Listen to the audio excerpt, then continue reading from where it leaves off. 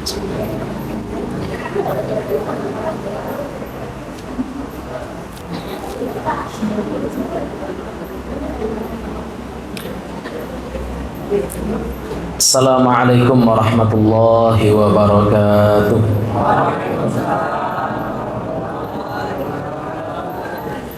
Bismillah, alhamdulillah, wassalatu wassalamu ala rasulillah. Nawaina ta'alluma wa ta'lim wa naf'a wal intifa' wal ifadata wal istifadah wal hatha ala tamassuki bi kitabillahi ta'ala wa bi sunnati nabiyhi sallallahu alaihi wasallam wa du'a ilal huda wa dilalata ala al khairi ibtigha'a mardatillahi wa sawabihi wa qurbih. Allahumma 'allimna ma yanfa'una wanfa'na bima 'allamtana wa zidna ilma. Bapak-bapak, ibu, para buya, para guru, alim ulama, niat mama, cedek pandai, para pemuda, terutama Bapak Ketua beserta para pengurus masjid, musala calon. Amin. Alhamdulillah. Jadi bulan lalu kami mengisi kegiatan BKMT se-Kabupaten Agam di Bukit Tinggi.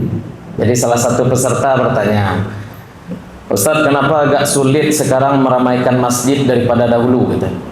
Sekarang sulit meramaikan masjid, meramaikan musala, meramaikan surau daripada zaman dahulu.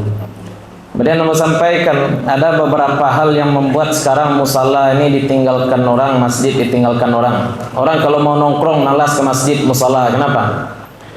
Yang pertama, karena bapak ibu tidak pakai rotan lagi mendidik anak. Bu, hari maghrib dulu jangan lalu. Ya, lah mau ngaji kan sampai jam 10. Jangan sabale. Ibu boleh teluk sampai sabale. Ambon tak, ayo. Yang pertama, sebab kita tidak pakai rotan dalam mendidik anak lagi. Siapa bapak ibu di sini yang anaknya usianya sudah 9 tahun sempurna, setiap akan tidur di absen lagi sembahyang hari ikut tidak? Siapa di situ? Ya. Silanya malam sebelum lalu anakku ditanya, sembahyangan tinggal hari itu. Kalau tinggal, tagak ganti. Kapuk dulu. Ya, sianan lagi peduli kepada salat anak. Kok pertanyaan yang harus kita tanya kepada diri kita sendiri. Kita mau negeri ini menegakkan syariat. Banyak orang sekarang seperti itu. Negara harus menegakkan syariat. Apa tegakkan syariat? Kalau kini untuk pernikahan kan adalah sesuai syariat, Pak. Iya, masih dalam taraf penyempurnaan terkait khilafiyah di situ. Tapi yang penting kepedulian untuk itu sudah ada. Ya, Bu. Lemu apa kuah menikahan orang kalau nak ada saksi? Mana muah? Ya, ada saksi, ada wali. Kan sesuai Islam berarti. Perceraian juga ada konsep talak, tidak pisah-pisah saja. Ekonomi juga sudah mulai ada kepedulian. Sudah banyak sekarang LKS, Lembaga Keuangan Syariah, betul. Ada juga orang menyatakan ini negara belum lagi melaksanakan syariat. Kenapa? Karena jinayatnya belum sesuai syariat, Ustaz.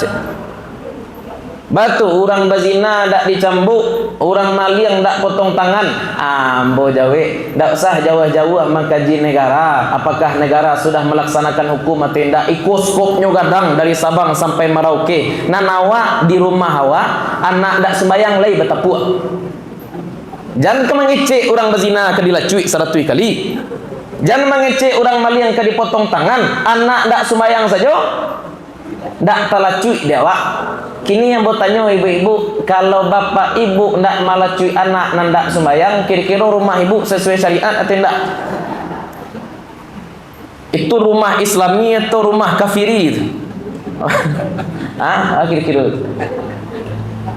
Kalau bahasamu yang mengutip HRS, berarti negara awak, rumah awak, bahkan diri awak sendiri adalah muslim, tapi tetap berusaha menjadi muslim sempurna. Islam ini memang sempurna, negara awak tidak sempurna, rumah awak tidak sempurna, dan diri awak mana siananlah 100% syariah. Suka siapa?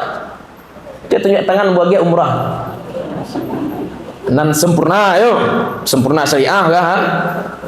Iya, awak ndak sempurna, tapi kita tetap paling ndak nan rotan tadi. Yo, kok ada murid ambo cek ke sekolah. Tanya, saya guru nan ke kelas bok rotan. Tapi murid-murid ambo kan lacuinya galak-galak jo. Ya, bang kok galak mungkin takui muku ambo kalau menangis. Sebenarnya memukul bukan untuk KDRT ya Pak yo. Aku lecek le yo mulia menapu anak mah kok Pak rambah lo anak pulang mungkin enggak. Memukul hanya untuk sekedar memberitahu anak bahwa perbuatannya salah. Matangan tepuk lah ganti salat. Pada itu saja. Jangan biru-biru bisa divisum lo Pak. Ya. Kalau tangan anak sekedar merah karena dipukul, dia gi rotan cie ndak salat, barangke anak awak ke puskesmas, Bu Bidan, Pak Dokter tolong cie waktu ambo jadi korban KDRT. Tolong visum tanganku ditapu apa tadi malam sebelum lalu. Kecik anakku ke Pak Dokter. Kira kecik Pak Dokter. Ang cemen pulang. Ya, tapu tak baki melapor ke puskesmas dulu. Sebab mai koko wajar. Tapi kalau biru-biru ni yun, tu KDRT secara fikih pun masuk pelanggaran, mesti ditakzir yang seperti itu. Ya. Itu yang pertama. Kenapa? Karena orang tua tidak lagi memakai rotan untuk mendidik anak. Dahulu memang kalau ndak ke surau kena lacuy. Kini celeklah kan banyak anak-anak di musajid kini kok. Anak-anak lah kadaluarsa sangat. Anak-anak nan sabana anak-anak mana kini. Cie. 2, 3 sampai. Ya, nan lain lain 2, oh lain 5 loh. Itu yang pertama. Yang kedua apa? Masalah masjid. Masalah masjid yang kedua adalah pelit fitur. Pelit fitur.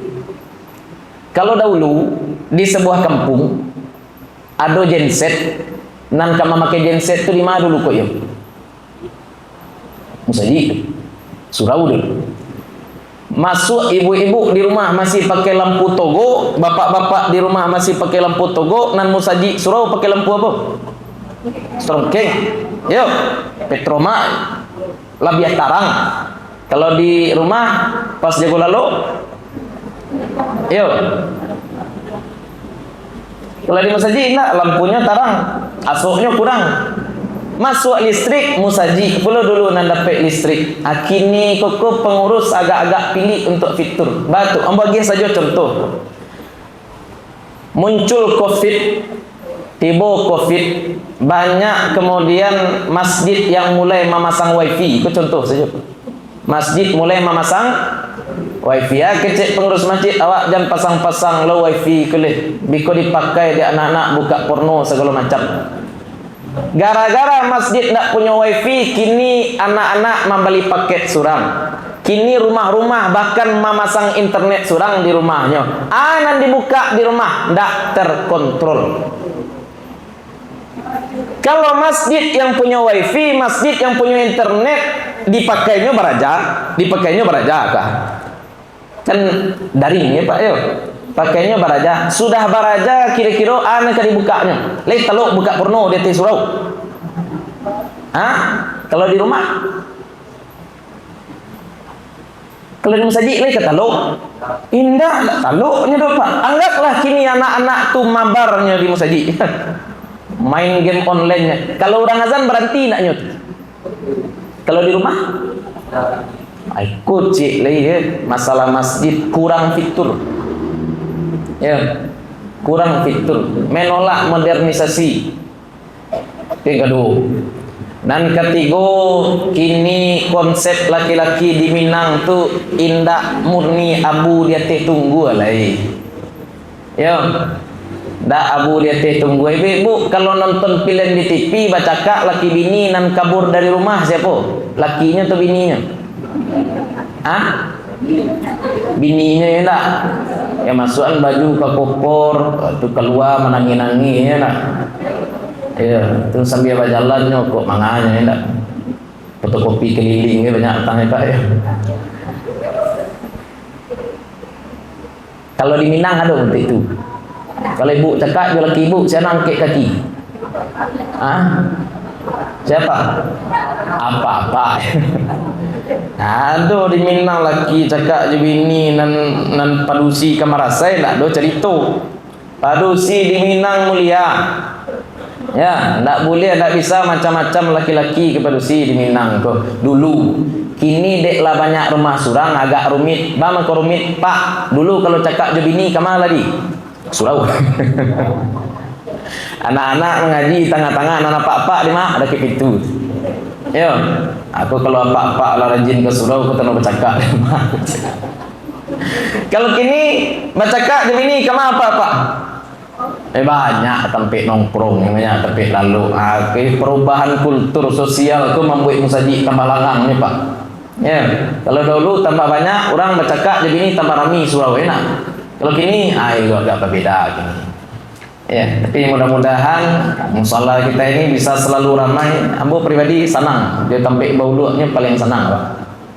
Ya, senang benar gitu. Lantainya insya-Allah suci tarui.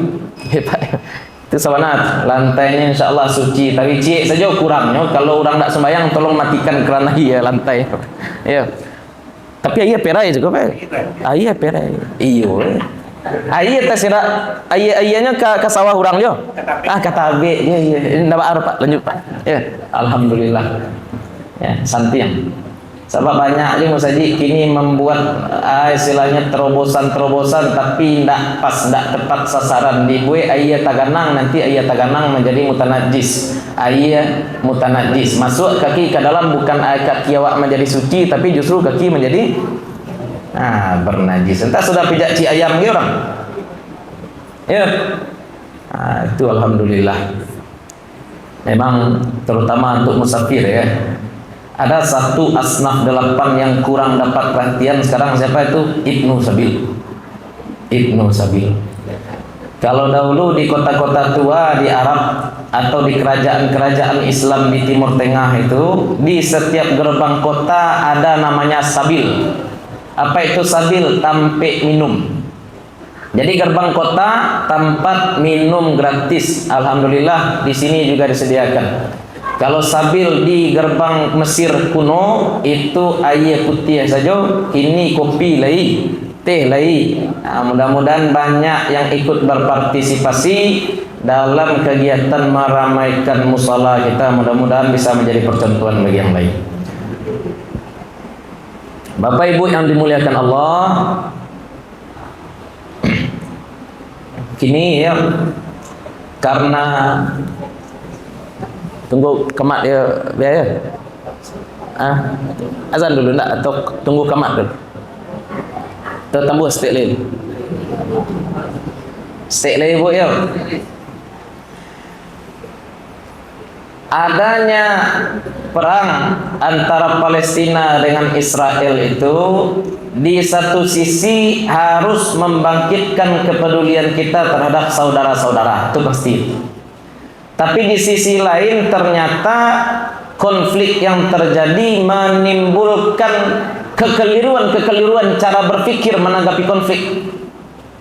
Bama ko serupa itu ambo ada di forumku banyak orang dari luar negeri bagai dari Pakistan. Yang kebetulan ambo baca ini tulisan dari orang Pakistan. Dia cantumkan dalam tulisan tersebut beberapa ayat jihad, bunuhilah orang-orang kafir dimanapun kamu berada, keluarkan mereka sebagaimana mereka mengeluarkan kamu, harta rampasan perang bagaimana caranya, perempuan-perempuan kalau menjadi rampasan perang berarti ini itu segala macam. Ujung-ujungnya, konklusinya, kesimpulannya dia katakan apa? Saya keluar dari Islam, katanya seperti itu. Kenapa? Gara-gara dia membaca ayat-ayat jihad.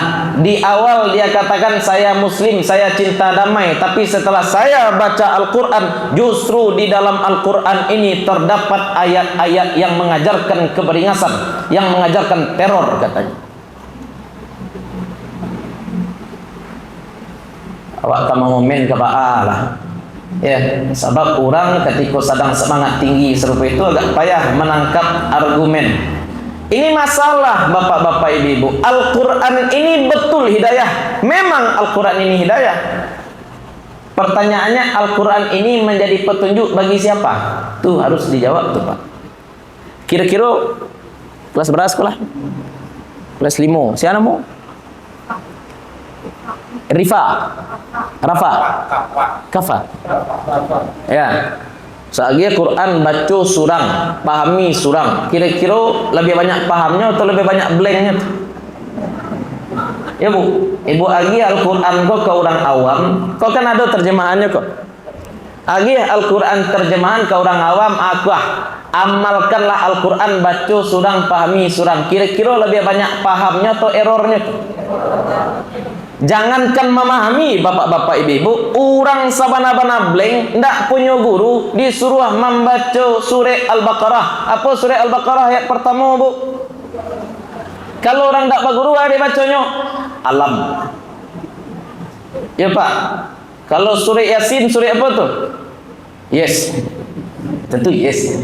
Dia ndak punya guru. Kan ada harkatnya ikun tah baris di atas, ikun tah baris di bawah. Nah ada kok alif lam mim. Baca orang bacanya kok. Deknya membaca ikra dulu a baba aba a. Berarti kok bacanya kok alam. Jangankan memahami, membaca saja kalau tanpa bimbingan guru bisa sesat. Termasuk ayat-ayat yang dia baca tadi, ayat-ayat tentang jihad. Betul Islam mengajarkan kita berjihad? Betul. Memang Islam mengajarkan kita berjihad. Tapi apakah cuma jihad ajaran orang Islam? Kan itu pertanyaannya kok. Bu, Nabi poligami enggak? Hah? Berapa bini Nabi? Total 11. Total yang masih hidup saat Nabi wafat ada 9. Jadi kalau ada orang mengecek 9, ada orang mengecek sebalih, pangkalnya di situ. Apa-apa 6 poligami itu berapa orang? Nan bercita-cita saya. Agak takut pasal rumah belakang saya. Akhirnya mau tanya, nan ajaran Nabi itu nambah bini ciek atau bini banyak? Ya agak semangat produksi banyak asal. Ya, kecil ibu, ambo setuju untuk poligami asal ndak laki ambo. Baik poligami maupun babini ciek kan ajaran Nabi itu. Ya bu, Nabi ketika beristri dengan Khadijah ndak poligami. Ketika Siti Khadijah sudah wafat baru Nabi. Jadi kalau ditanya mana yang ajaran Nabi, poligami atau monogami? Dua-duanya.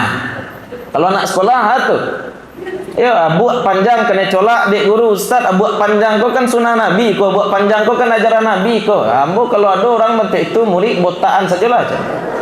Bakut di botaan sebab abuak panjang yo Nabi pernah, tapi Nabi pernah pula botak. Pernah pula Nabi botak. Awak kan mengambil sunnah Nabi dan kalamak dia awak saja. Termasuk nan tadi itu orang-orang yang memang hatinya agak kareh nan diambil deknya dalam Al-Qur'an apa? Ayat-ayat parang sadonya. Orang nan tak percaya tadi syoknya, murtadnya jadinya. Oh, ternyata Islam ini bukan agama damai, ini masalah. Sebaliknya, orang-orang yang memang di hatinya kebenaran itu banyak, baginya agama ini cuma sekedar candu. Apa yang dia baca dari Al-Quran? La ikraha fid din. Agama kok nak boleh? Masuk-masuk nak boleh. Itu balik. Ayo masuk sarugo orang sadonya. Sadonya masuk.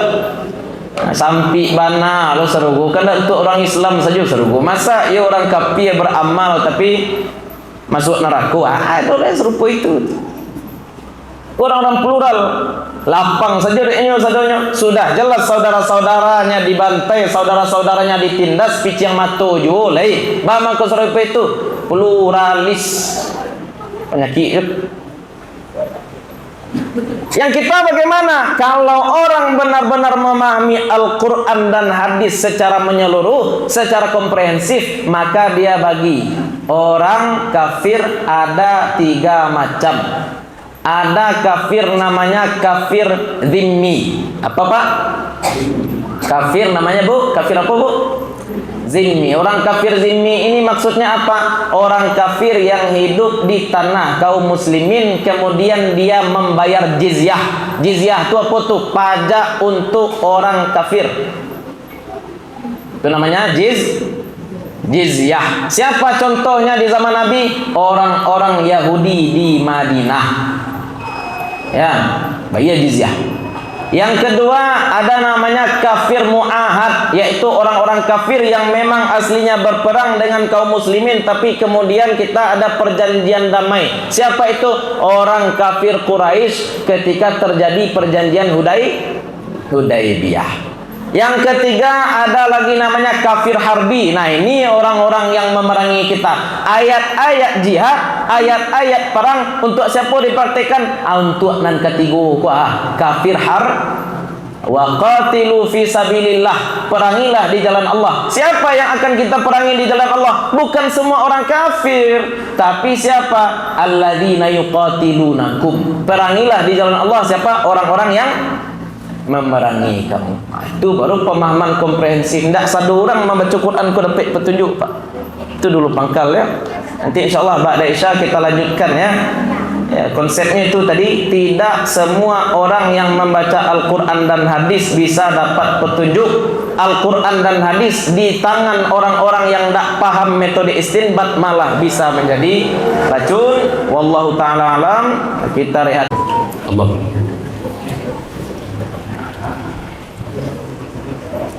Bismillah, alhamdulillah, wassalatu wassalamu ala rasulillah. Kita lanjutkan ya ibu-ibu ya. Lah kenyang bu? Hah? Lah kenyang pak yuk? Alhamdulillah ke sagan lah. Aduh, rekan gitu biar datu resiko. Kok salah-salah pak ke? Ambo mambo oto pandai surang pak. Tapi kalau di sebelah ayah tuh paniang mambo. Hilang kepandaian. Jadi lanjut dulu ya. Jadi tadi kaji kita Al-Quran dan hadis kalau di tangan orang-orang yang sembarangan hasilnya juga sembarangan. Ini bukan cuma masalah Al-Quran dan hadis. Kan ada pola pikir dua, Pak. Ada radikal, ada liberal. Ternyata baik orang radikal maupun orang liberal rujukan pemikirannya Umar bin Khattab. Koneh. Orang radikal ngutip Umar bin Khattab, orang liberal juga mengutip Umar bin Khattab. Apa kata orang-orang radikal? Orang-orang radikal kan sering ngomong seperti ini. Antum kalau ngomong seperti itu di depan Umar sudah disembelih antum. Sering. Kalau ngomong gitu antum di depan Umar bin Khattab sudah disembelih antum. Seolah-olah Umar bin Khattab kubringas kare. Orang liberal juga mengutip Umar bin Khattab.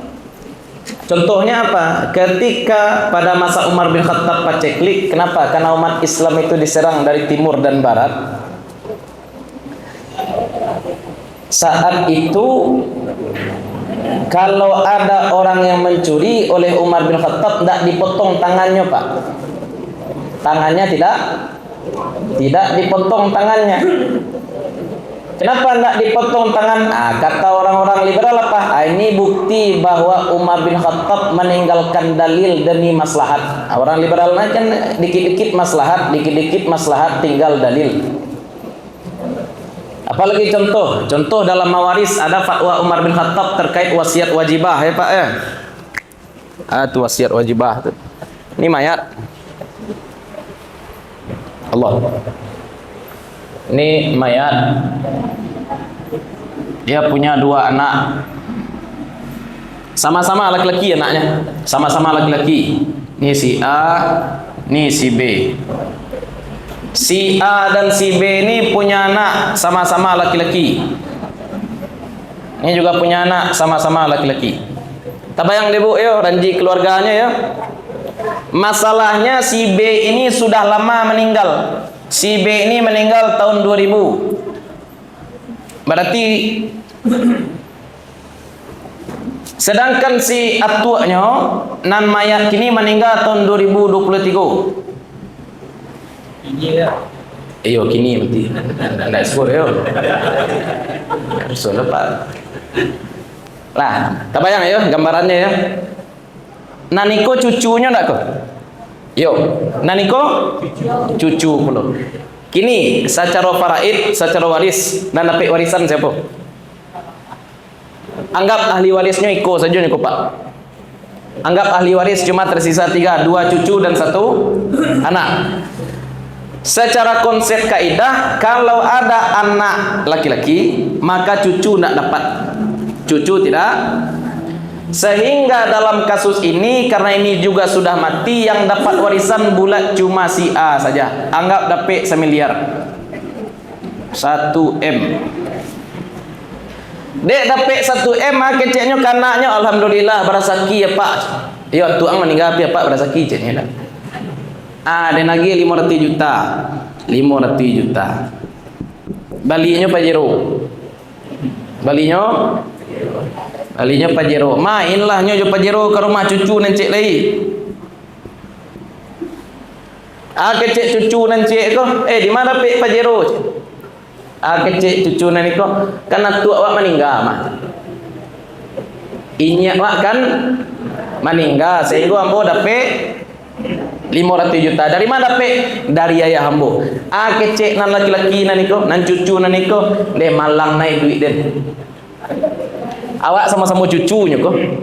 Awak sama-sama cucu, apa den lah meninggal warisan tak lo dapat. Ini contoh kasus. Dia sama-sama cucu kok. Mengadulah kepada Umar bin Khattab. Ini contoh kasus di Umar tentu tidak Pajero mainnya do Pak yo. Bayang lo do Pajero masuk Umar enggak do. Berangkat kepada Umar bin Khattab bertanya, kami ini sama-sama cucu tapi gara-gara bapak saya sudah meninggal, saya tidak dapat sama sekali dari warisan kakek saya. Maka dalam kasus ini Umar bin Khattab memberikan solusi namanya apa? Wasiat wajibah. Apa?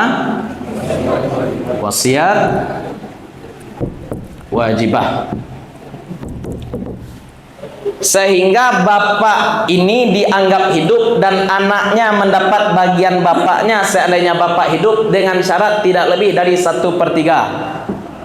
Kenapa tidak boleh lebih dari 1/3? Karena batas wasiat cuma 1/3. Nah, orang-orang liberal dibawanya itu. Berarti Umar bin Khattab menolak dalil. Secara dalil, kalau ada anak maka cucu tidak dapat. Aku orang-orang liberal.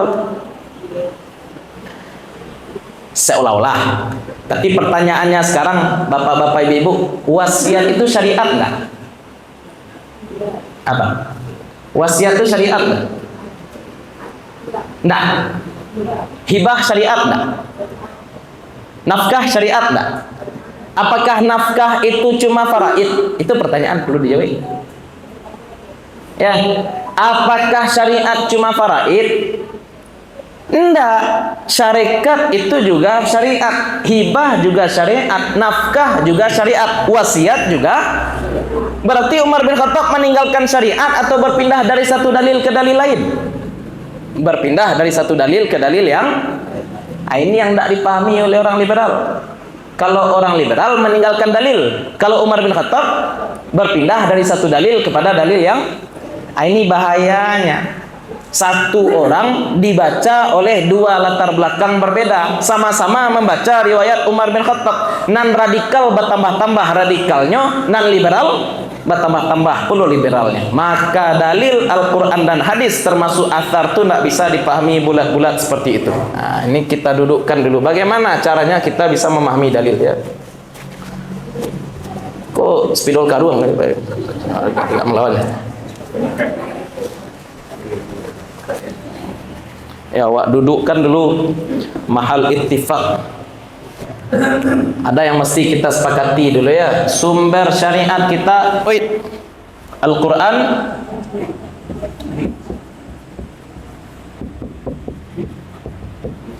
sepakat Bu ya?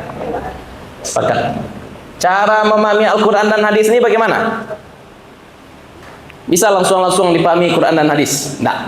Ada metode. Namanya apa? Ijtihad.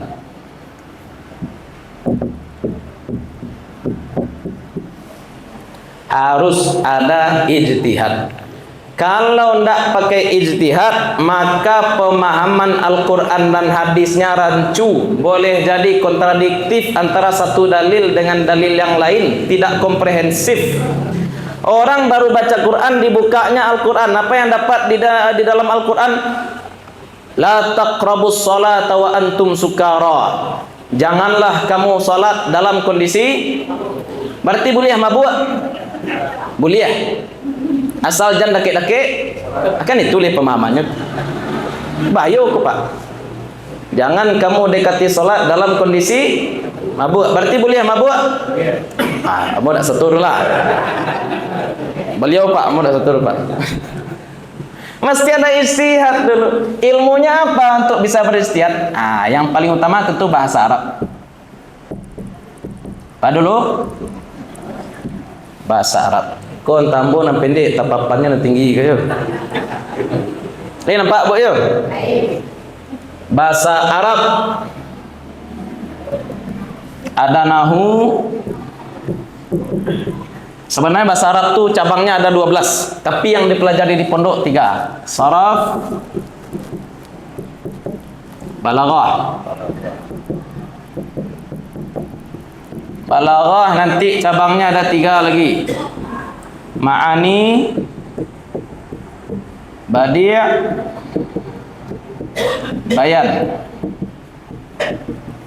Lah, kita dudukkan dulu pentingnya belajar bahasa Arab untuk bisa memahami Al-Quran dan Sunnah. Orang sekarang selalu menitik beratkan pemahaman Al-Quran dan Sunnah itu pada hafalan, Pak. Berhafal. Seolah-olah hafal Quran berarti paham Quran. Seolah-olah. Kalau kita lihat secara data, kalau ambo tanya ke ibu-ibu apa-apa dan tahu, khalifah yang 4 yang dipuji oleh Nabi sallallahu alaihi wasallam siapa saja? Abu Bakar, Umar, Utsman, Ali radhiyallahu taala anhum. Yang hafal Quran siapa saja di antara berempat? Yang hafal Quran di antara berempat itu siapa? Keempat-empatnya. Nah, cuma yang ketiga. Siapa itu? Utsman bin Affan. Misalkan yang bisa diminta untuk membaca dari Al-Fatihah sampai An-Nas khatam selesai itu cuma Utsman bin. Pertanyaan selanjutnya, yang paling paham Quran Utsman atau Abu Bakar? Ya. Tapi bukan berarti Utsman tidak paham, Pak. Utsman paham juga, tapi kita bahasnya yang lebih paham siapa?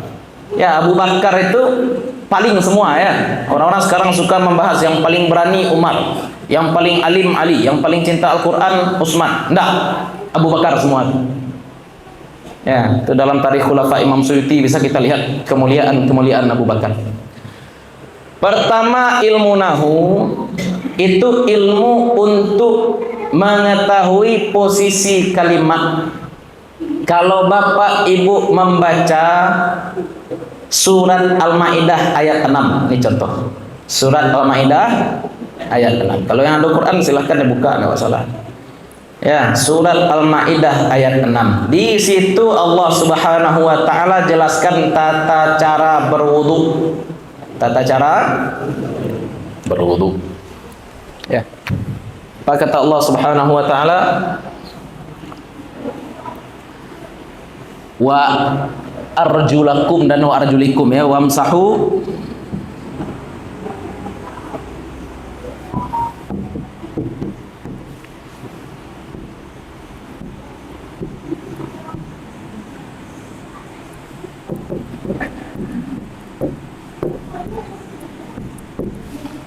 ini sampai di sini aman nih. Wamsahu bi ru'usikum wa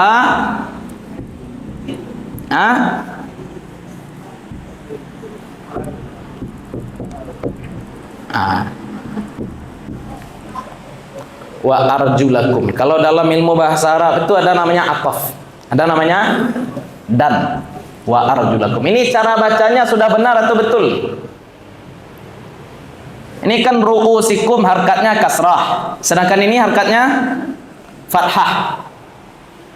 Ini orang merasa aneh, ini aneh. Ini harusnya wamsahu biru'usikum wa arjulikum. Kenapa? Karena atafnya ke sini, kepada yang dekat, bukan kepada yang awal.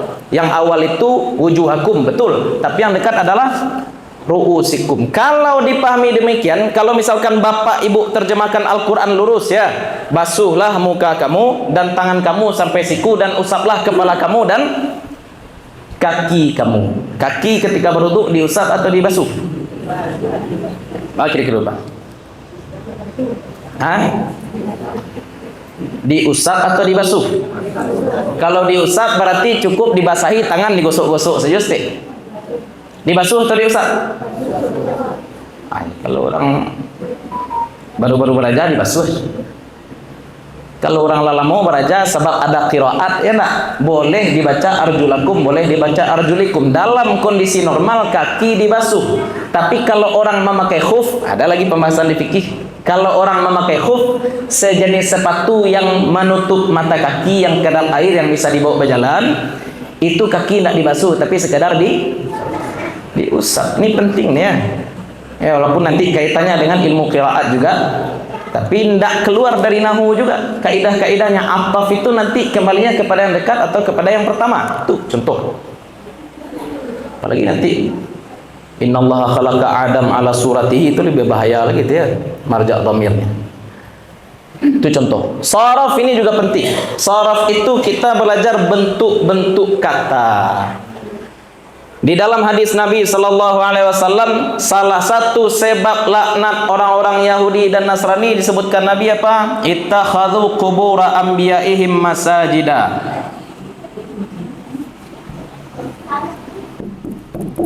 Orang-orang Yahudi dan Nasrani itu menjadikan kuburan nabi-nabi mereka menjadi apa kok Pak? Masajidah. Keceknya berarti tidak boleh kok sembahyang di musaji kalau di dalam musaji itu ada kubur. Kalau ada kubur di musaji, kamu tidak satu-satu sembahyang situ. Kok bahaya. Kalau dikatakan demikian maka berdosa seluruh orang di dunia yang sholat di Masjid Nabawi. Ya, berdosa seluruh orang di dunia yang sholat di Masjid Nabawi. Ada makam enggak? Di dalam atau di luar masjid? Sudah berapa abad di dalam? Kalau di masa Nabi memang di samping ya, di bilik Siti Aisyah. Tapi kemudian karena ada pelebaran masjid sehingga masjid kemudian berada di dalam. Sudah berabad-abad masjid berada di dalam. Sudah berabad-abad makam Nabi berada di dalam. Kaniang saja ulama tuh. Anggaplah orang bodoh sholatnya di situ, Pak. Kini jo ulama-ulama bagai ikut sholat di situ. Umat Islam terpuruk satu abad itu mustahil secara keilmuan. Karena innallaha yab'atsu fi hadhil ummati fi ra'si kulli mi'ati sanatin may yujaddidu fihim. Setiap abad itu pasti ada ulama yang mentajdid agama, pasti. Yang menyampaikan agama sesuai dengan kebutuhan zamannya pasti ada tuh. Berabad-abad umat Islam membiarkan seperti itu makam Nabi di dalam masjid, mustahil. Ini orang mengatakan seperti itu, tidak boleh sholat di masjid kalau di dalamnya ada makam karena hadis tadi. Karena Allah melaknat orang-orang Yahudi dan Nasrani sebab mereka menjadikan makam kubur Nabi mereka sebagai masjid. Awak tanya jalih-jalih gini dulu ya. Tadi itu tanya secara fakta, secara dalil saja dulu. Ada orang Yahudi dan Nasrani punya musajid. Di mana musajid orang Kristen juga Pak? Aduh. Ada orang Nasrani punya masjid, ada orang Yahudi punya masjid. Berarti penerjemahan masjid menjadi masjid tidak cocok. Lalu bagaimana caranya? Masjid berarti dikembalikan kepada asal katanya. Apa asal katanya? Sujud. Ya, itu kok khilaf lu kok fi'il madhi atau masdar asal kata Ustaz Ambo pakai masdar gini ya. Sujud. Ini apa nih? Isim makan. Isim makan. Bisa jadi isim makan. Bisa jadi juga masdar mimi. Berarti yang dilarang, kenapa orang-orang Yahudi dan Nasrani itu dilaknat? Bukan karena menjadikan kuburan Nabi mereka menjadi masjid, bukan. Kenapa? Karena memang menyembah Nabi itu yang jadi masalah. Karena memang mereka sujud kepada Nabi mereka, menuhankan Nabi, makanya mereka dilaknat. Jangan nanti salah-salah kita memahami ini efek ya, gara-gara tidak memahami ilmu saraf. Apalagi nanti membahas masalah bersentuhan kulit laki-laki dengan perempuan. Ya. Dalam surat An-Nisa ayat 43. Apa kata Allah Subhanahu wa taala? Au lamastumun nisa. Au lamastumun nisa, atau kamu menyentuh perempuan. Ini salah satu pembatal wudu, menyentuh perempuan. Bapak, ibu, bapak kalau mengaca anak padusi batal enggak wudu, Pak? Anak apa? Dia anak orang. Ibu mengaca anak ibu laki-laki batal wudu enggak? Ngaca anak ibu. Kalau pakai zahir teks ayat batu ayo ateh namo laki-laki mengaca padusi harusnya kok anak awak, kok anak orang, kan lafaznya umum tuh, Pak. Kenapa kita katakan kalau anak sendiri yang disentuh tidak batal, tapi kalau anak orang disentuh batal? Kenapa? Apa dalilnya? Iyo, manyo dalil kecuali mahram. Dalam surat An-Nisa tadi umum saja, orang belajar saraf tahu dari mana istitnanya, dari mana pengecualiannya, dari siap, dari bentuk kata. Karena kita baca apa? Au lamastumun nisa. Lamasa yulamisu mulamasatan itu babnya bab mufa'alah. Bab mufa'alah itu faidatul binanya apa? Untuk ta'diyah, untuk musyarakah. Berarti sentuhan yang dimaksud di dalam ayat itu bukan sekedar menyentuh, tapi sentuhan yang ada motif syahwatnya, yang berpotensi menimbulkan kesenangan. Kini perempuan-perempuan yang tidak mungkin dapat menimbulkan syahwat awak secara orang-orang sehat dikeluarkan. Siapa tuh? Anak ketik dan mahram. Ada orang berselera menyentuh anak kecil, kurang sakit. Ada orang berselera menyentuh mahramnya sendiri, orang sakit. Orang sakit tidak jadi standar. Makanya itu dalil tuh ya. Batal wudu menyentuh perempuan kecuali perempuan yang apa tadi? Yang tidak berpotensi menimbulkan syahwat. Siapa perempuan yang tidak berpotensi menimbulkan syahwat? Mahram dan anak kecil yang lu tampak rancaknya oleh anakku. Itu contoh. Kalau orang belajar saraf tahu dia. Ya. Itu saraf. Nah, kalau balaghah ini banyak ya tentang majaz, ya apa yang dimaksud dengan asal, bagaimana Allah Subhanahu wa taala ya tsummastawa ila sama, itu masalah i'tiqad, ini bahaya juga, tapi jangan kini ya bahasnya. Ini panjang tadi. Ya Bu ya.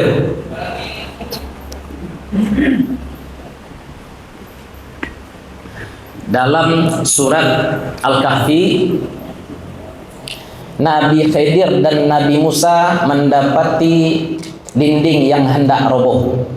Allah Subhanahu wa taala meredaksikannya dengan jidaron yuridu ayyamqat. Dinding yang ingin roboh. Bu, dinding punya keinginan enggak? Ada dinding yang punya keinginan.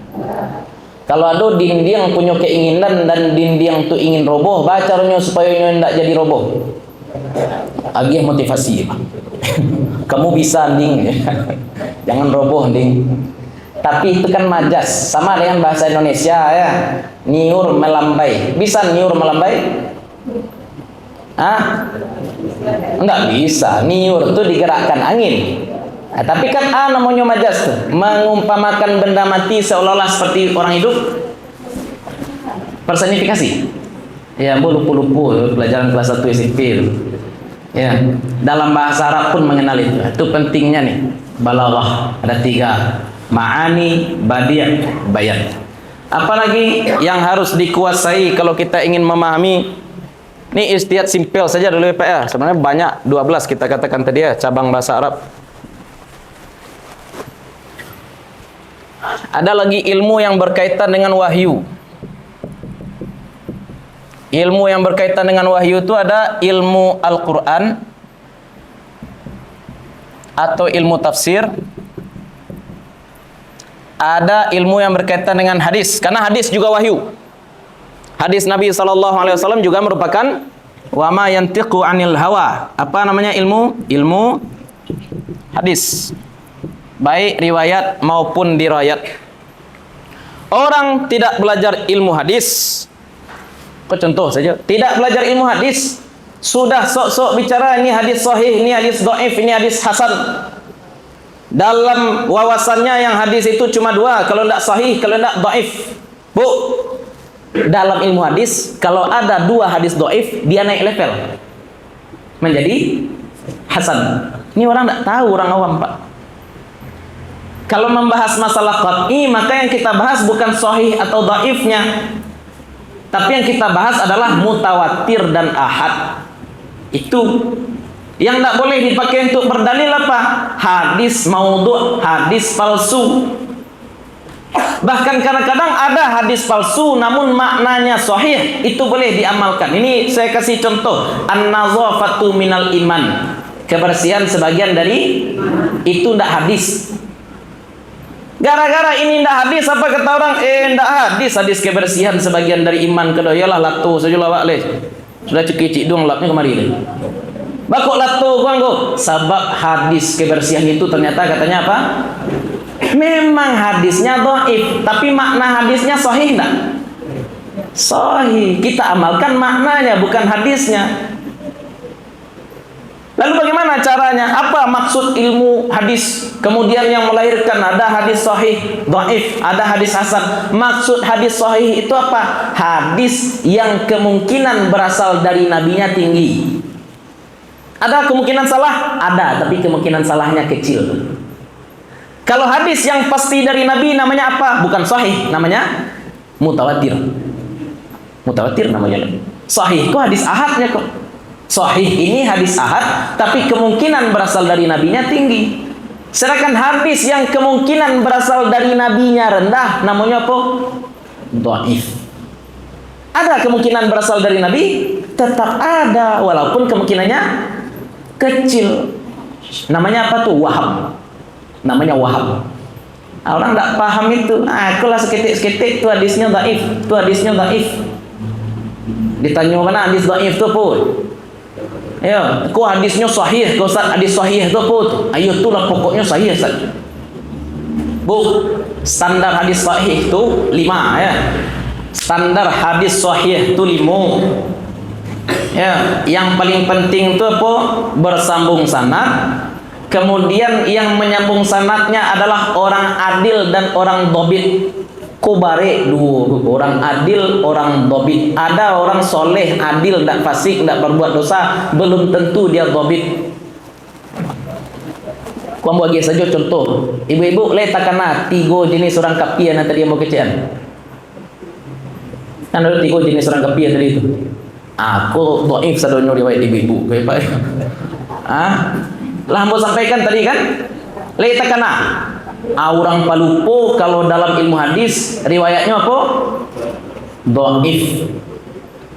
Dhaif. Ya, apa-apa letakkan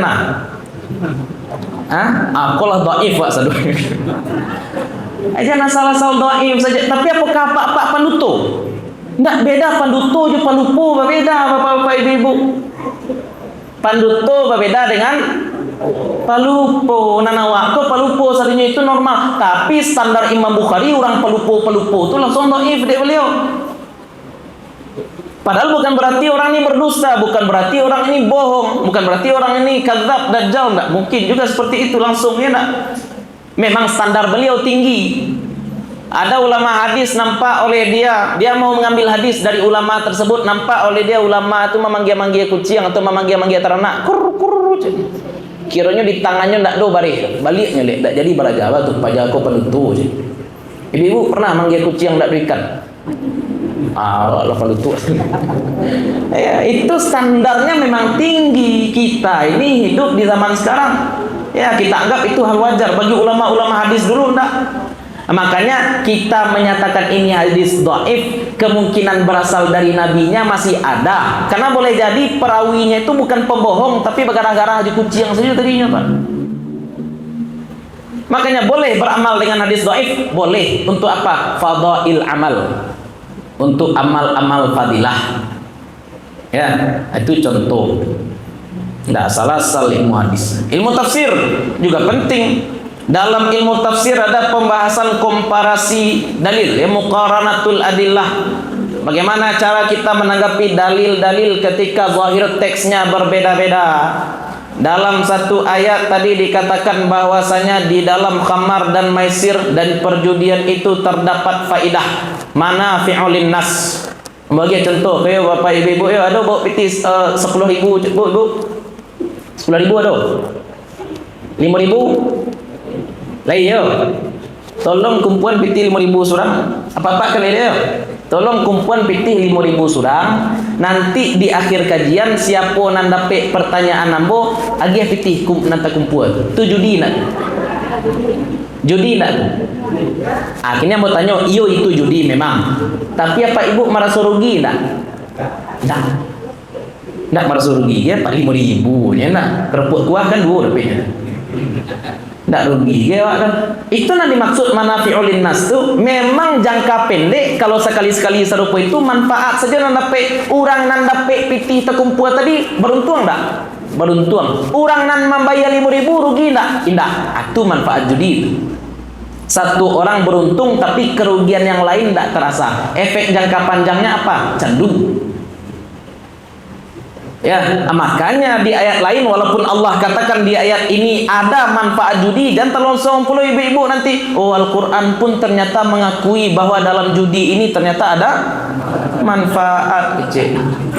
Dalilnya kok. Padahal dalam surat Al-Maidah Allah katakan innamal khamru wal maisiru wal ansab wal azlam rijsun min amali syaitan. Perbuatan setan, fajtanibuh, jauhi. Itu contoh ya. Itu ilmu hadis, ilmu tafsir juga. Termasuk ayat tentang mabuk tadi. Ya enggak? Oh, bulia mabuk harus sembahyang, gawat. Jadi belum lagi qiraat. Ya enggak? Aduh, ini qiraat panjang lo kaji. Kalau kita kan masih agak-agak aneh dengan qiraat, ya enggak? Wadduhe, kadang ada aku lah ganjil ke di Ustaz. Ya. Ihdinas siratal, baku siratal dibaca di buya. Kalau Ustaz sasih ke sini. Ini panjang Pak, ilmu tafsir kok jauh ya. Panjang lo kajinya. Itu istihad. Apalagi namanya ilmu mantik. Ilmu ini ilmu logika nih ya.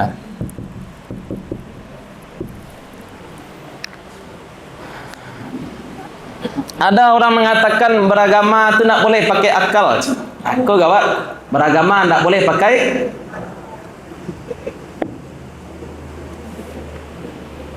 Bu, Pak, orang tak berakal wajib sholat. Akhirnya agama kalau tidak boleh pakai akal itu pakai apa boleh? Manusia dua itu saja, syahwat, akal.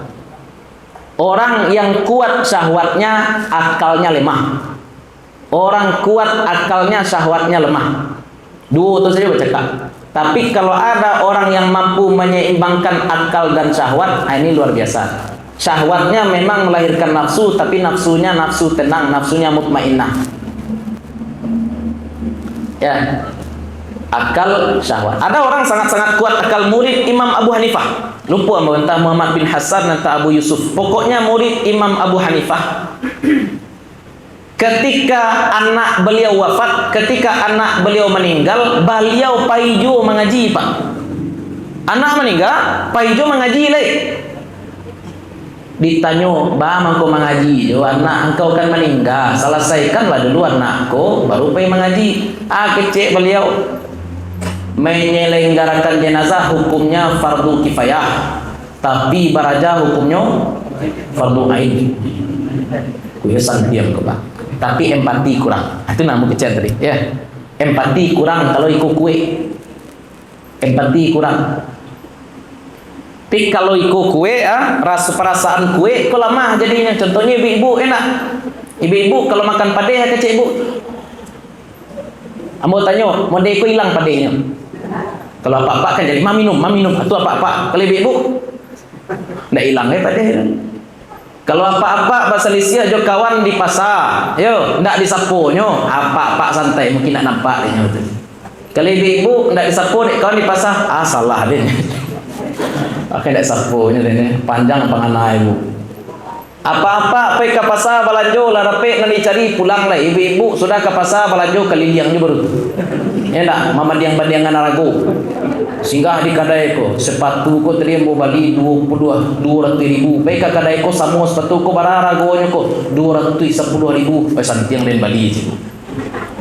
Baik ke kadai cek lain, barako arago sepatu 150. Ande made.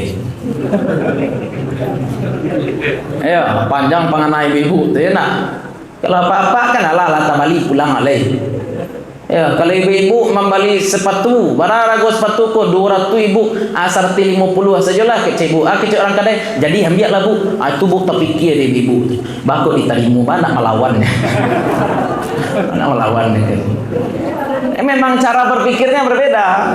Cara pikirnya memang tidak bisa disama-samakan ya Pak ya. Laki-laki perempuan itu berbeda. Memang dominannya apa? Perempuan dominan perasaan. Kalau laki-laki dominan logis. Ya, beda. Ini mantik. Ini caranya memang kalau untuk dalil kita pakai logika dulu. Untuk perasaan itu bukan masalah fikih, tapi itu tatbik fikih. Ambu lagi contoh, bapak ibu punya bisan. Siapa nalah punya bisan di situ? Nalah dominan tu lebih banyak. Datang bisan ibu nan laki-laki ke rumah, datang bisan bapak yang perempuan ke rumah, dionjoknya tangannya ke ibu, dionjoknya tangannya ke apa sambui enggak? Tunggu dulu. Mahram awak enggak tuh? Sepakat ya? Bisan bukan. Kini datang bisan ke rumah, dionjoknya tangan, apa sambui tangannya itu enggak? Yuk, kadi sambui inyo ndak mahram awak. Indak kadi sambui anak awak makan di rumahnya. Yuk, kok diambuinya saja anak awak enak. Itu tuh namanya tatbik fikih, itu bukan fikih. Secara fikih tetap ittifaq, ndak boleh menyentuh perempuan yang bukan. Secara praktik ada aspek-aspek perasaan seperti tadi yang boleh dilibatkan, betul. Ya, tatbik fikih itu ada daruriyat khamsah, salah satunya adalah al-irdu, memelihara al-irdu nama. Datang kawan mintu, aku nak sehabisan. Ambo kawan mintu datang ke rumah. Kecik kawan mintu, manyo minantu je. Datang, ayo ma. Eko minantu yo. Ayunya tangannya kamu. Kawan mintu. Kadi sambui ndak mahram, indak kadi sambui mintu nang kana itu. Ya, payah mau kelekang balik kecik kawan mintu di mana dapat minantu tu. Ya, itu namanya irdun. Kalau dalam konsep maqasid, tapi tetap konsep dasar mantik. Orang kalau mantiknya mati maka ijtihad tidak bisa. Kau bagi contoh kayak idza mata insan, kalau mati manusia maka terputus amalnya kecuali 3. Sedekah jariah, ilmu bermanfaat, waladun solihun yad'u lahu, anak soleh yang mendoakan. Kini pertanyaannya, kalau suami ibu meninggal, ibu doakan enggak? Doa yang diterima tadi cuma doa. Kalau istri solehah, kira-kira nanti sebut dek Nabi anak soleh. Kalau anak cikah, ya cewek menyanggup sabar-sabar yo meninggal paang banyak-banyak doakan orang baik. Kecak anak tu hanya nak diterima ko anak solehnya. Dan cikah. Betul atau serupa itu? Indah penyebutan anak soleh dalam hadis itu bukan untuk al-hasru, membatasi bahwasanya doa anak saja diterima. Tidak itu tujuannya. Untuk apa tujuannya? Ghalib, kebanyakan yang berdoa bagi orang tua, bagi orang lain adalah anaknya. Anaknya yang bagaimana? Anaknya yang soleh. Murid boleh mendoakan guru? Kita boleh mendoakan pahlawan? Boleh. Kalau orang membatasi, ya seolah-olah berarti cuma anak yang dapat doa. Kalau yang lain tidak perlu doa-doa ada kecilnya. Padahal Nabi ajarkan kita baca assalamualaikum kalau lihat di kubur. Salam itu kan doa. Itu umpamu anak-anak ketik, bapak ibu punya cucu hari raya singgah ke rumah cucu lagi piti 1.000. Nanti lah sejuta, dia piti sejuta. Nah, awak sekali setahun magi piti lagi sejuta. Kecik ibu, ke cucu ibu, kecik apa, ke cucu apa, aku pembali es lah. Pembali, payahnya kalau pau balinya es sejuta. Iku anak namanya kok, anak pandi ya. Tak paham siap. Bapak menyebut es, ibu menyebut es. Itu tujuannya untuk apa? Apakah untuk membatasi memang hanya es yang boleh dibeli? Bukan. Intinan istilahnya ya. Untuk menyebut inilah yang sangat disukai anak-anak. Aku sejuta untuk beli bonbon. Ada orang dulu beli gulo-gulo. Iu mana sejuta beli gulo-gulo. Itu gawat. Hadis 20 dan membaca serupa itu sehingga dibatas-batasi amal, cuma amal anak saja. Efeknya apa? Istri tidak mau mendoakan suaminya, suami tidak mau mendoakan istrinya, murid tidak mendoakan gurunya, kita tidak mendoakan pahlawan kita. Ya, itu logika aku harus lurui dulu. Ya, ndak nan takile saja nampak, ya, ndak nan zahir saja yang dipahami, ada mantuk, ada mafhum. Kalau logika lemah, jangan coba-coba baca-baca Quran. Tanya sajalah pada ulama. Ada yang bertanya pada saya, Ustaz, bagaimana cara kita mengamalkan hadis? Abu kecian, hadis tidak bisa diamalkan. Yang kita amalkan itu pemahaman hadis. Yang kita amalkan itu apa? Pemahaman hadis. Nah, terakhir ada ilmu namanya ilmu usul fikih. Ini gabungan lah ya. Ini mencakup semua, bahasa Arab iya, ilmu tafsir ada, ilmu hadis juga ada, ilmu mantik juga ada. C, 2, 3, sampai 5, 6, 7, 8, 9. Ini 9 ilmu alat mesti ada pada pesantren. Kalau di pesantren tidak ada satu saja dari 9 ilmu alat ini, tidak pesantren namanya. Madrasah saja mungkin, tapi kalau pesantren tidak. Pesantren tugasnya bukan mencetak anak-anak religius. Pesantren tugasnya untuk mencetak mufti, orang-orang yang mampu memahami syariat dengan baik, termasuk memahami ilmu usul fikih. Orang-orang sekarang menyimpelkan agama. Apa katanya? Agama itu gampang, Ustaz. Gampangnya bagaimana? Kalau ada perintah, lakukan. Kalau ada larangan, tinggalkan. Nah, ini agama nih copy paste aja. Bagaimana sahabat beragama dulu, bagaimana Nabi beragama dulu. Selesai. Ada perintah, lakukan. Ada larangan, tinggalkan. Nah, ini pangkal sasik. Sebab tidak semua perintah itu berarti harus kita lakukan, dan tidak semua larangan itu harus kita tinggalkan. Kita kasih contoh. Kita kasih contoh ya.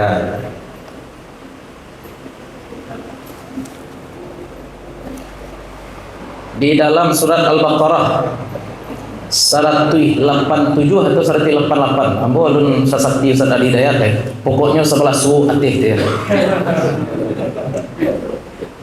Wa kulu washrabu hatta yatabayyana lakumul khaytul abyadu minal khaytil aswadi minal fajri. Apa kata Allah? Makan dan minumlah kamu di malam Ramadan sampai terbit fajar, terjemahnya. Makan dan minumlah kamu di malam Ramadan sampai ambotannya Pak. Kan perintah tuh.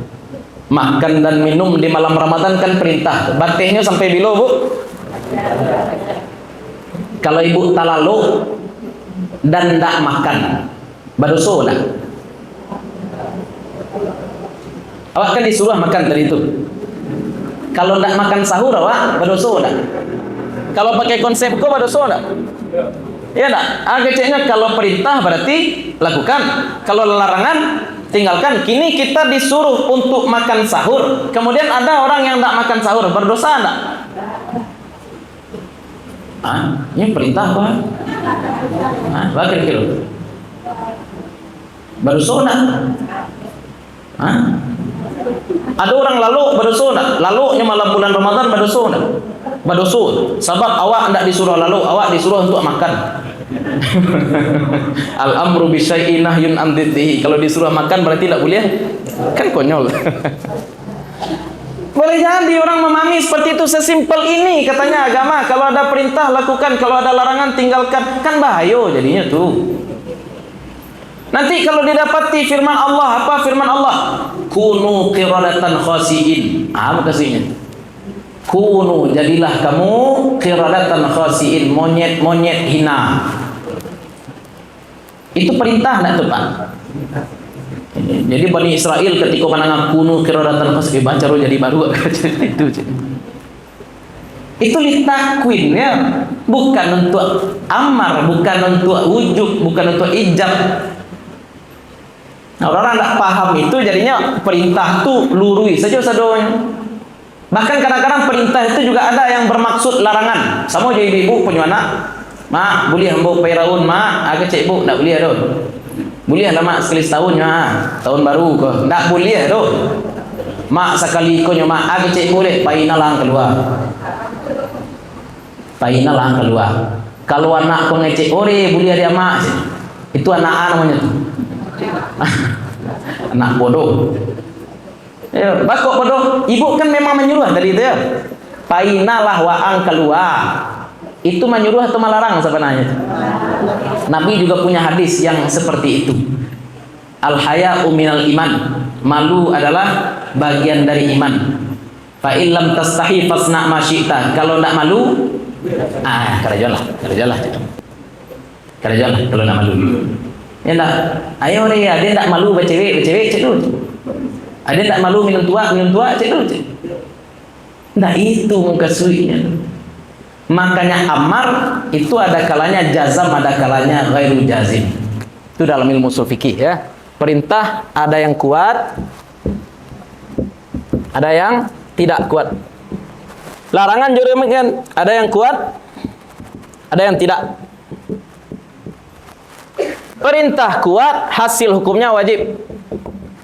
Perintah tidak kuat, hasil hukumnya sunat.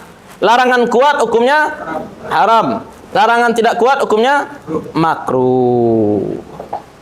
Seperti tadi ada perintah setelah sebelumnya larangan itu ibahah, boleh.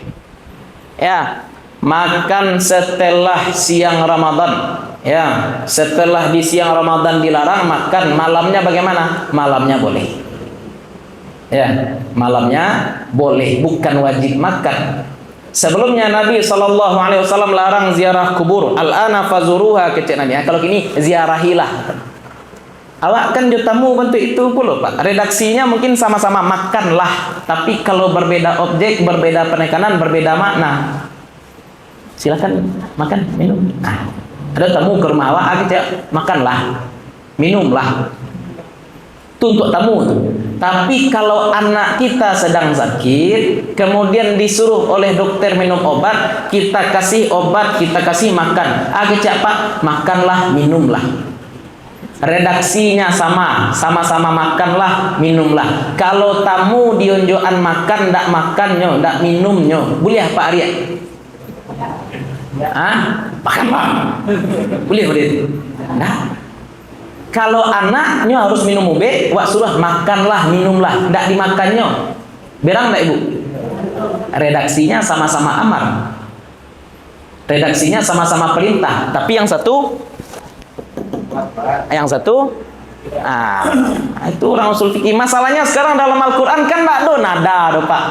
Nada kan tidak ada baca Quran. Istilahnya kalau ada perintah Nabi SAW dalam hadis, kita cuma baca lurus. Kita cuma tahu perintah. Bulalang Nabi tidak nampak dia aduh. Ikut Nabi membulalang ngecek atau tidak? Nampak dek Nabi anak ketek colak-colak apa? Nampak dek Nabi anak ketek bah? Colak-colak abuaknya kecek Nabi ihlaku kullah awitruku kullah. Ikut anakku potong bana sadonyo, cukup bana sadonyo atau tinggalan bana sadonyo. Kalau kali potong bana sadonyo. Kalau kali botak bana sadonyo. Tapi anak aku bantu abuaknya gini kok. Sebagian botak-botaknya lah. Untuk Ronaldo nak tahu. Itu berarti Nabi mengharamkan tak potongan rambut kalau tidak ratu? Boleh tak orang potong rambut di siku pendek, di atas panjang, boleh tak kira-kira? Bagi kira-kira. Kau contoh, kan amar perintah Nabi. Orang paham. Pertama, memotong rambutku bukan urusan ibadah, ini urusan dunia. Yang kedua, andai perbuatan itu haram, pasti Nabi cari siapa ang ikut potongan, pasti itu kalau haram. Karena Nabi wajib tabligh. Tapi Nabi SAW membahasakannya apa? Kalau kau dipotong, potonglah sadonyo. Kalau kau ditinggal, tinggal sadonyo. Jangan colak-colak. Kini kan taraso dewa ado nada serupa itu tuh Pak. Nah, kalau orang tidak belajar ilmu usul fikih, tidak tahu dia intonasi Nabi, tidak tahu dia penekanan Nabi bagaimana.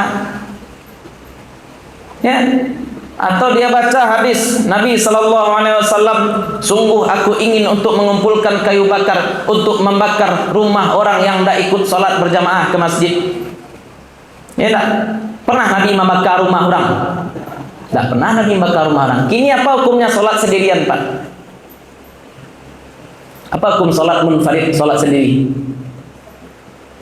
Kan Nabi katakan tadi kalau tidak ke masjid sembahyang dan bakar rumahnya kecil Nabi. Pertanyaan selanjutnya, kalau sholat sendiri orang kira-kira dia berpahala atau berdosa? Ya tak? Dibandingkan dengan dalil yang tadi, apa dalil yang lain? Sholatul jamaati khairun min sholatil fardhi bi 27 darajah. Sholat jamaah lebih baik daripada sholat sendiri 27 derajat. Kalau dikatakan lebih baik, berarti sholat sendiri itu bagaimana? Baik. Tapi lebih baik sholat jamaah. Aku semua jawab pertanyaan tauhid. Bagaimana? Islam itu agama benar atau agama paling benar, Bu? Agama yang benar. Kalau dikatakan Islam ini paling benar, berarti agama lain ya agak kurang benar. Ya, tapi Nabi tadi meredaksikan lebih baik tangan di atas lebih baik daripada tangan di bawah. Berarti tangan di bawah baik juga. Sebab kalau tangan di bawah modekanya ada tidak perlu pit yang depan, yang orang kayu kasih ada kapasitas sedekah aja. Ya. Yang penting apa? Paham posisi tangan di atas bersyukur, tangan di bawah bersabar, kan itu. Ya, dimanapun kita diletakkan, diposisikan oleh Allah Subhanahu wa Ta'ala, paham kita. Balik ke hadis tadi, Nabi ingin untuk membakar rumah orang yang tidak ikut sholat ke masjid. Ini Nabi ngomongnya seperti apa? Itu penting tuh Pak. Sebab Nabi kan pagarah aja kadang-kadang. Datang orang gaek kepada Nabi orang gaek cenderung bau kali bisa aja masuk surga. Kok ada cek Nabi? Nah, ada orang gaek surga dulu. Enak. Nabi tidak salah, orang tua kalau masuk surga maka dia akan kembali muda. Dia nampak Nabi mata orang bakok ada putih-putih, aku mata aku cek. Kan dia ada putih. Ya. Sama jangan tadi ya, mengumpulkan kayu bakar untuk membakar rumah orang yang tidak ikut sholat berjamaah ke masjid. Nyatanya Nabi tidak pernah sekalipun membakar rumah orang yang tidak sholat ke masjid. Berarti apa? Umpamu awak tuh nampak anak-anak ketek lesek di musaji agak cakap sunai anak ya. Iya di sunainya sudah tuh ada contohnya seperti itu. Garega. Ya. Tapi itu menunjukkan bahwasanya sholat ke masjid itu benar-benar penting. Makanya hukum sholat berjamaah ke masjid itu bukan sunnah, Pak. Fardu kifayah.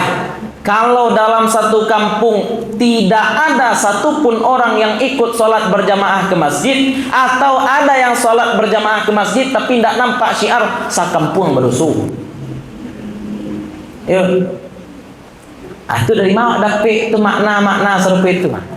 Ilmu usul fikih. Orang tidak belajar usul fikih, tidak belajar nahu, tidak belajar sharaf, tidak belajar mantik, tidak belajar ilmu tafsir, tidak belajar ilmu hadis. Dibacanya Al-Quran lebih banyak sasih daripada waktu.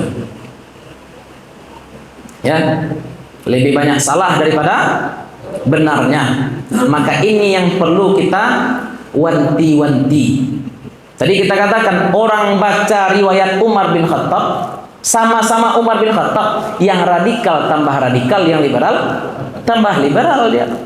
Orang baca ayat-ayat jihad sanang bananya.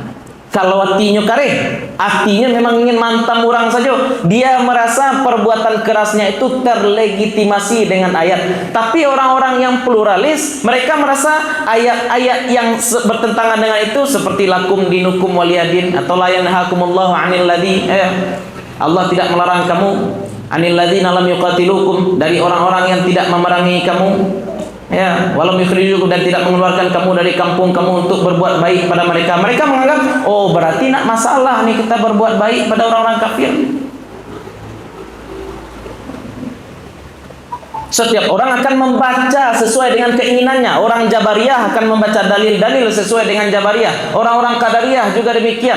Orang-orang yang suka Mujassimah, Tajsim, dia akan baca ayat-ayat yang berkaitan dengan jisim bagi Allah. Orang-orang yang Mu'attilah akan menafikan semua itu karena dalil juga. Ini contohnya masalah melihat Allah di surga. Orang yang yakin bahwasanya di surga kita akan melihat Allah, kita ila rabbiha nazirah. Kita yakin nanti. Orang Mu'tazilah mengatakan mustahil nanti melihat Allah. Kenapa? Mereka juga punya dalil ternyata. Apa dalilnya? La tudrikuhul absar. Surat Az-Zukhruf. Allah tidak bisa ditangkap oleh urang sasik. Kau dalil sebenarnya Pak. Urang sasik di kecian sasik bukan dek meninggalkan dalil, tapi semua orang sesat itu sebenarnya punya dalil. Yang bermasalah bukan dalilnya, tapi apa? Pemahaman dalil. Kalau ranah khilafiyah oke, ya, berbeda pemahaman terhadap dalil, tapi landasan ilmiahnya ada, itu namanya ikhtilaf. Tapi kalau berbeda tidak punya landasan ilmu, itu namanya inhiraf. Batasan ikhtilaf dengan inhiraf apa? Ilmu. Maka jangan sampai nanti kita baca Quran sendiri, kok jadi racun ya, baca Quran sendiri, paham-paham sendiri, keluarkan hukum sendiri. Itu yang diwanti-wanti oleh Nabi, man qala fil Quran bi ra'yihi falyatabawwa maq'adahu minan nar. Baca Quran dengan akal-akalannya saja, maka sediakan tempat di neraka. Banyak keluar fatwa-fatwa aneh zaman ini. Fatwa-fatwa aneh keluar, kenapa? Bukan karena dalilnya salah. Al-Quran sempurna, hadis sempurna, Nabi itu maksum, tidak mungkin salah. Tapi orang yang membaca Quran boleh jadi salah. Orang yang membaca hadis boleh jadi salah. Maka mesti ada niqash, pertanggungjawaban. Ini pemahamannya benar atau tidak, landasannya ilmiah, dan segala yang ilmiah itu mesti bisa dipertanggungjawabkan. Ya. Nanti kalau sudah dikuasai ilmu tadi, ini banyak ilmu lain lagi sebenarnya ya. Ini yang dipelajari di pondok. Dari Al-Quran, hadis ini apa saja akan kita ekstrak. Ada yang berkaitan dengan tauhid, yang berkaitan dengan, ada lagi yang berkaitan dengan, ada lagi yang berkaitan dengan fikih, ada lagi yang berkaitan dengan tasawuf. Nah, ini ilmunya nih, diekstrak dari sini. Ilmu tauhid ini apa nih? Iman. Ilmu fikih ini apa nih? Islam. Tasawuf ini apa nih? Ihsan. Itu baru selesai ya kamu. 3 itu fardu ain. Orang belajar tauhid tapi ibadahnya amburadul, paham hakikat tapi syariat tinggal. Apa contohnya tuh? Kalau sakit tak muah berubah. Sakit tak muah. Kenapa? Kan Allah yang menyembuhkan. Betul, itu tauhid. Itu tauhid tuh, Pak. Ya, orang belajar tauhid, kalau sakit yang menyembuhkan, kalau haus yang menghilangkan, kalau tangan tabaka yang membuat luka siapa? Api itu Allah. Orang belajar tauhid, Allah. Ya.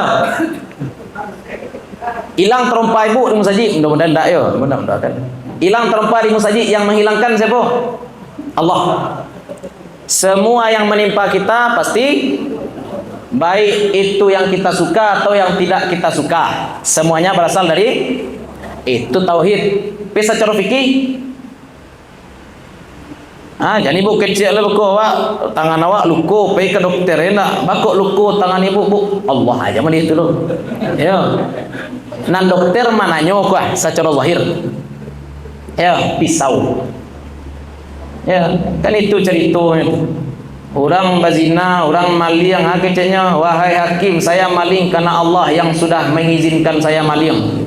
Kan maling kok takdir Allah kok. Iyo. Ya, tapi dan potong juga tangan nang batu, memotong tangan tuh hukum Allah juga. Ya. Tasawuf ini apa nih? Perasaan, ruh setiap ibadah. Ya, salat, kita salat. Zahir salat itu apa? Perbuatan, perkataan dibuka dengan takbir, ditutup dengan salat. Perasaannya apa? Muraqabah, diawasi Allah, melahirkan yang namanya khusyuk. Puasa juga demikian. Perbuatan puasa itu apa? Menahan dari terbit fajar sampai terbenam matahari. Ruhnya, sisi tasawufnya dalam puasa itu apa? Sabar.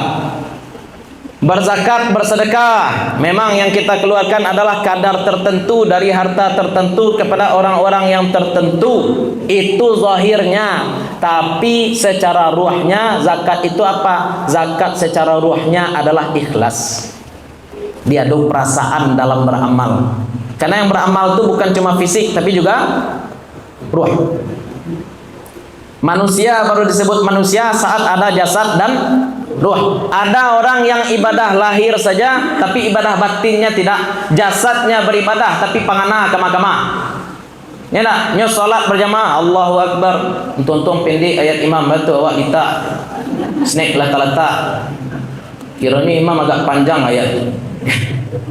Berarti fisiknya salat, tapi batinnya dah. Itu ibadah apa seperti itu tuh bangkai. Ya, fisik ada, ruhnya tidak ada. Sebaliknya ada pula orang sebaliknya, enggak. Adin, kalau makrifat, sembahyang, kau kan yang penting mengingat Allah. Azan orang, alah tekan aja Allah, alah jadi itu. Enggak sembahyang Pak. Itu level syariat berarti. Bola makrifat, enggak perlu sembahyang lagi. Ya, itu ibadah namanya tuh. Ibadah hantu. Ya, ruhnya ada tapi jasadnya awak sajalan. Jasad ada, ruh ada. Landasannya tauhid, landasannya iman. Zahirnya fikih Islam, batinnya ihsan, tasawuf. Dua-dua ini jalan, ruh, jasad baru sampai. Ya, kau jangan alergi lo je tasawuf yo. Bu, tasawuf kau nak ilmu jalan di hati api yo. Ada orang salah paham kau. Ilmu tasawuf kau Ustaz, ilmu jalan di hati api. Dah. Itu ilmu debus. Nanti lo bahas. Kan karamah ada Ustaz, karamah nanti kita bahas insyaallah. Ada masuknya nanti hari Senin bulan besok kita bahas tauhid. Insyaallah kita bahas mulai dari itu. Tauhid, fikih dan tasawuf.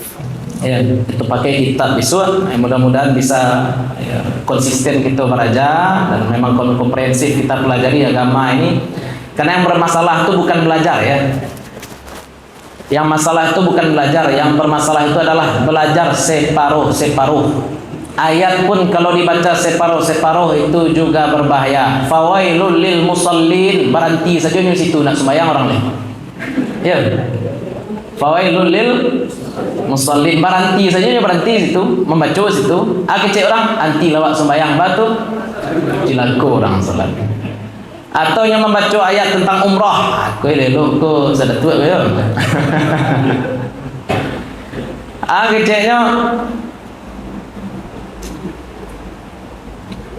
Inna safa wal marwata min sya'airillah. Safa dan marwah adalah syiar-syiar Allah. Faman hajjal baita aw ya'tamara fala junah. Berarti itu. Siapa yang berhaji dan berumrah maka tidak berdosa. Berarti situ ya. Sebenarnya kan fala junaha alaihi ayat tawafa bihima. Tapi dia berhenti di mana? Siapa yang haji dan umrah fala junah, maka dia tidak seolah-olah haji dan umrah aku mapui. Aku kawan, aku banyak artis-artis gitu.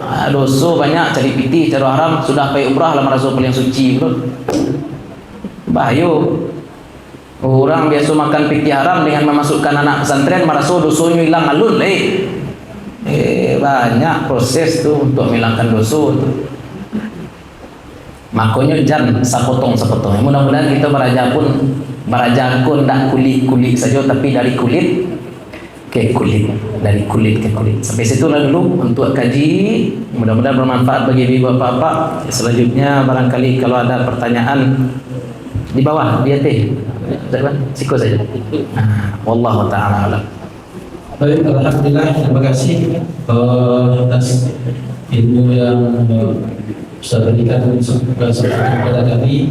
Para ibu, bapak, majelis ilmu yang ada ingin ditanyakan, Baik, berkenaan dengan materi ataupun boleh tentang lain misalnya. Ya, silakan. Kalau bapak atau bapak ibu yang ingin bertanya, dipersilakan. Udah gratis sih, udah cepat.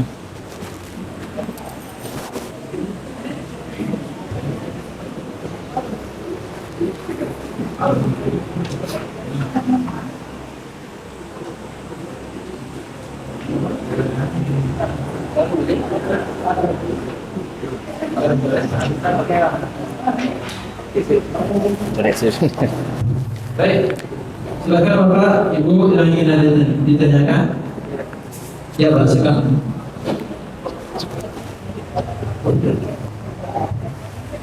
Assalamualaikum warahmatullahi wabarakatuh. Assalamualaikum warahmatullahi wabarakatuh. Terima kasih telah memberikan kesempatan kepada kami. Yang pertama kami mungkin banyak-banyak mengucapkan terima kasih atas pembuka wawasan yang telah Ustaz sampaikan. Memang kalau kami rasakan jauh sekali setelah dibuka wawasan kerangka seperti ini, kita merasa belum apa-apa dan tidak ada sama sekali. Terus mempersingkat waktu, kami ingin bertanya di luar konteks yang telah Ustaz jelaskan. Ya, yang kami tanyakan tentang persoalan gadai-gadai.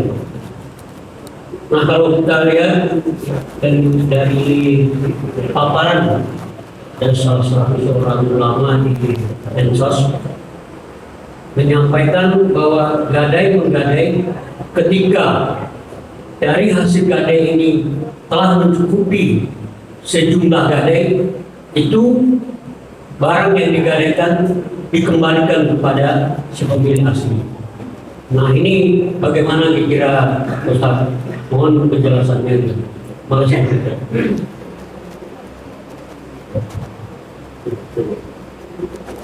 Langsung. Bismillahirrahmanirrahim. Wassalatu wassalamu ala Rasulillah. Ada beberapa solusi sebenarnya yang ditawarkan oleh solusi Nankatibu, Pak ya. Contohnya Ketua MUI Tanah Datar Ustadz Yendri Junaidi menyatakan bahwasanya pagang gadai itu bai'ul wafa. Bai'ul wafa. Jual beli, tapi jual belinya ada janji untuk mengembalikan.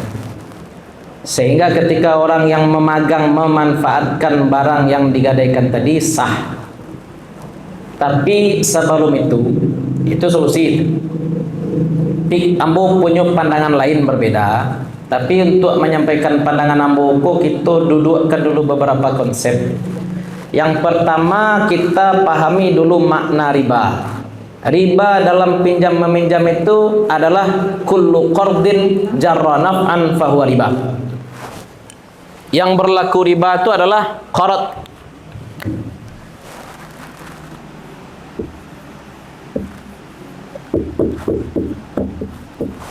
Qardun. Ada bentuk pinjaman lain dalam fikih namanya ariyah. Ariyatun. Kok sampai jam 10 aku jawab tanya Pak.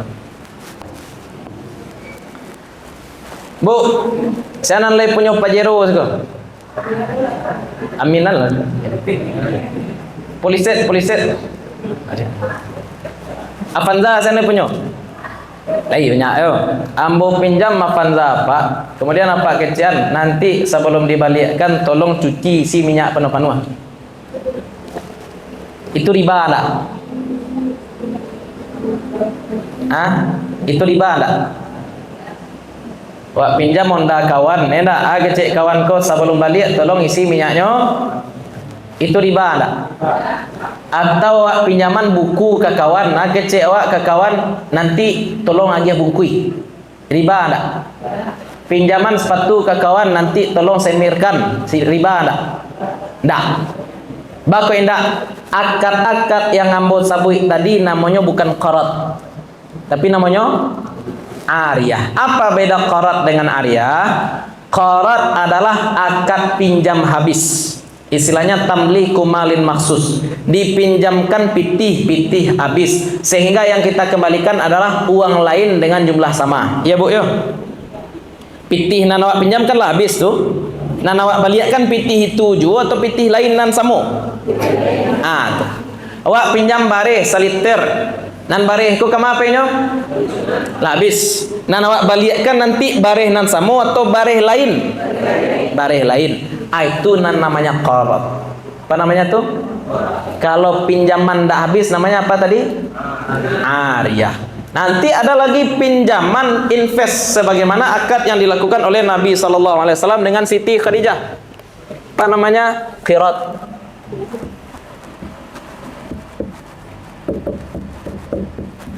Qirad ini invest. Kita pinjam tapi pinjamannya bukan pinjaman konsumtif. Istilahnya bukan meminjamkan tapi memodali. Ini banyak babnya. Kemudian satu lagi yang bagi ilustrasi cek ini untuk Bapak Ibu terkait riba ya.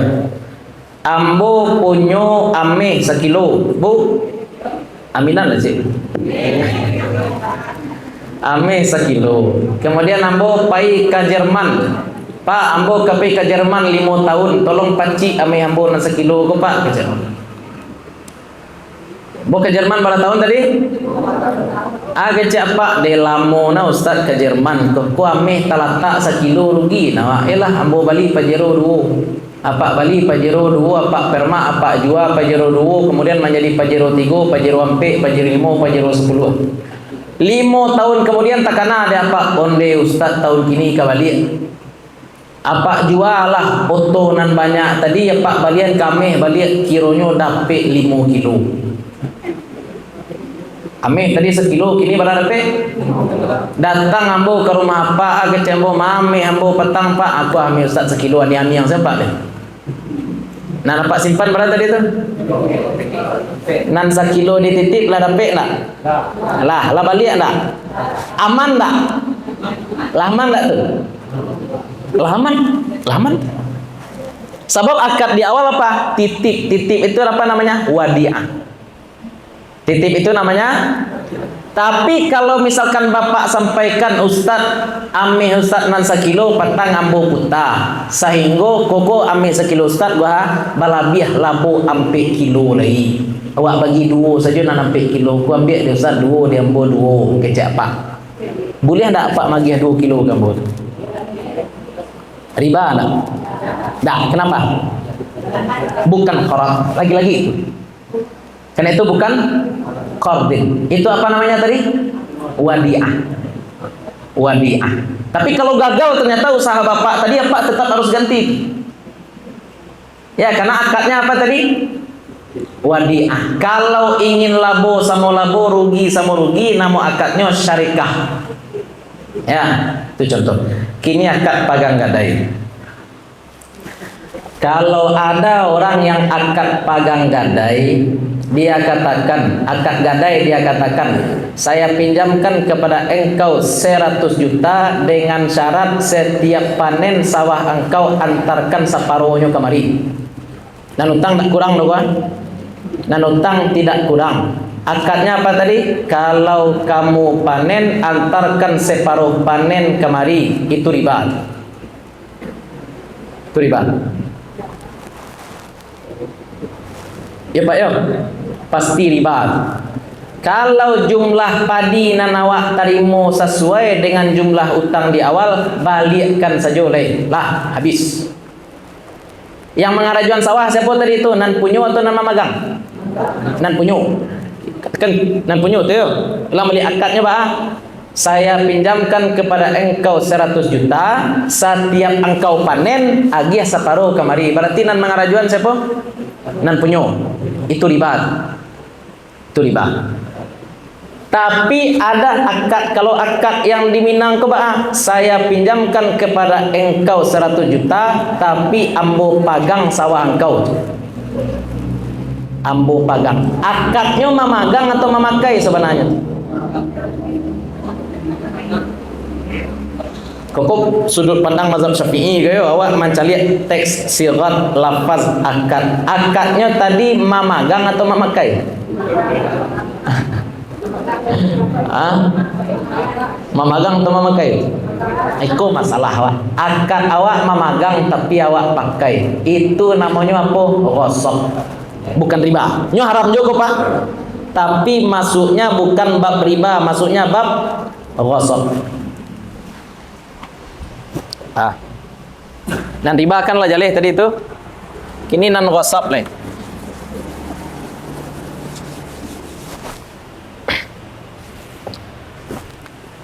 Dengan ghasab tadi pemilik tanah dan pemilik tanaman berbeda.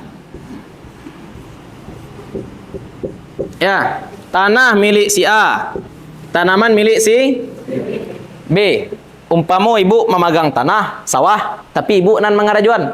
Ibu nan menanam, ibu nan menyabi. Apa nan menanam, apa nan menyabi. Berarti pemilik tanah berbeda dengan pemilik batang. Nah, kini pertanyaan kalau batang kau nanti berbuah. Nah, buah kau punya sia. Buah balik ke batang atau ke tanah? Itu pertanyaan selanjutnya tuh. Buah balik ke batang atau ke tanah? Ambo main-main ke rumah apa, ke rumah ibu, tu ambo buang encik cimangko di laman rumah ibu. Babuahnya. Cimangko tu punya ibu atau punya ambo? Ah? Ya. Tabiun tabi' kaedahnya ya dalam kaedah fikih. Atau contoh lain lah, contoh lain. Ya. Kambing ambo hilang. Kambing ambo hilang, dapet dia apa? Kiranya hamil kambing ambo ko. Kambing ambo ko hamilnya baranak kambing ko. Beranak dua, anggap dua. Lalu ambo ke rumah pak, kok kambing ambo kok pak? Akini nanakan apa balian kambo induknya saja atau juga anak-anaknya?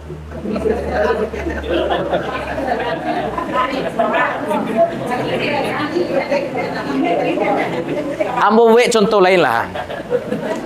Awak mana biar jawi, kiranya jawi ku hamil. Anaknya halal atau haram? Wah, buka parinya dua anak jawi di dalam. Anaknya halal atau haram? Halal. Berarti anak jawi ikut karumpui atau ikut ke orang gaiknya? Kain duanya pak. Itu nambo muka suik tadi yo. Kambing ambo apa peliharu.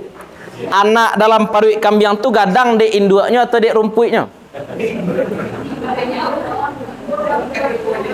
Kedua-duanya sama aja iko. Kenapa ada buah? Karena ada batang dan tapi pertanyaan kemudian nan buah ko mai kui ke batang atau ke tanah? Nah, anak kambing mai kui ke rumpui atau ke induknya? Tuh. Berarti solusi untuk kambing tadi balian kambingnya bule-bule kambo bara piti apa keluar magi makan. Itu solusinya. Cimangko tadi pun bentuk itu. Agi cimangko bule-bule kambo dek tumbuh di laman rumah pak ko kompensasinya. Ya. Itu caranya. Ulang balik. Ini ghasab nih. Yang memagang akadnya tadi cuma memagang. Tip kironya dipanganya pak? Pakainya. Itu apa namanya tadi? Ghasab. Bukan riba. Tapi namanya apa? Ghasab. Kini dalam Islam usaha orang ndak do dipadamkan saja, dimatikan saja ndak. Nan be ko bajari ndak kerajo ko pak? Jadi ya kerajo. Jadi misalkan selama 10 tahun dia memegang tanah tadi. Ya, selama 10 tahun dia sudah memegang tanah. Ternyata akad memegang tanah ini disalahgunakan. Kenapa disalahgunakan? Akadnya memegang, kiranya deknya dipakai, maka kompensasi bentuk kambing tadi. Ya, kompensasi seperti kambing tadi. Solusinya bagaimana? Bara seo sawah ko setahun. Berapa seo sawah ko selama setahun? Misalkan kalau dikeceknya seo sawah selama setahun 500.000, 10 tahun berarti 5 juta. Nanutang tetap.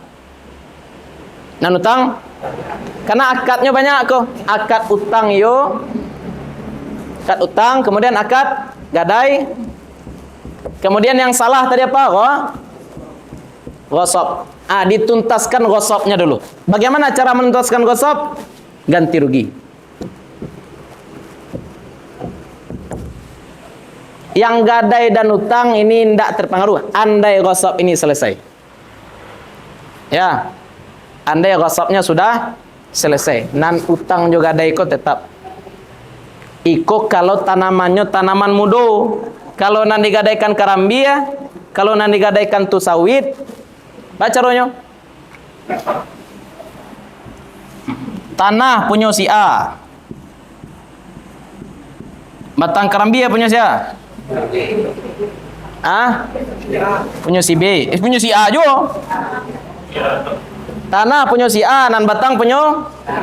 Berarti buah punya. Nan manyang siapa?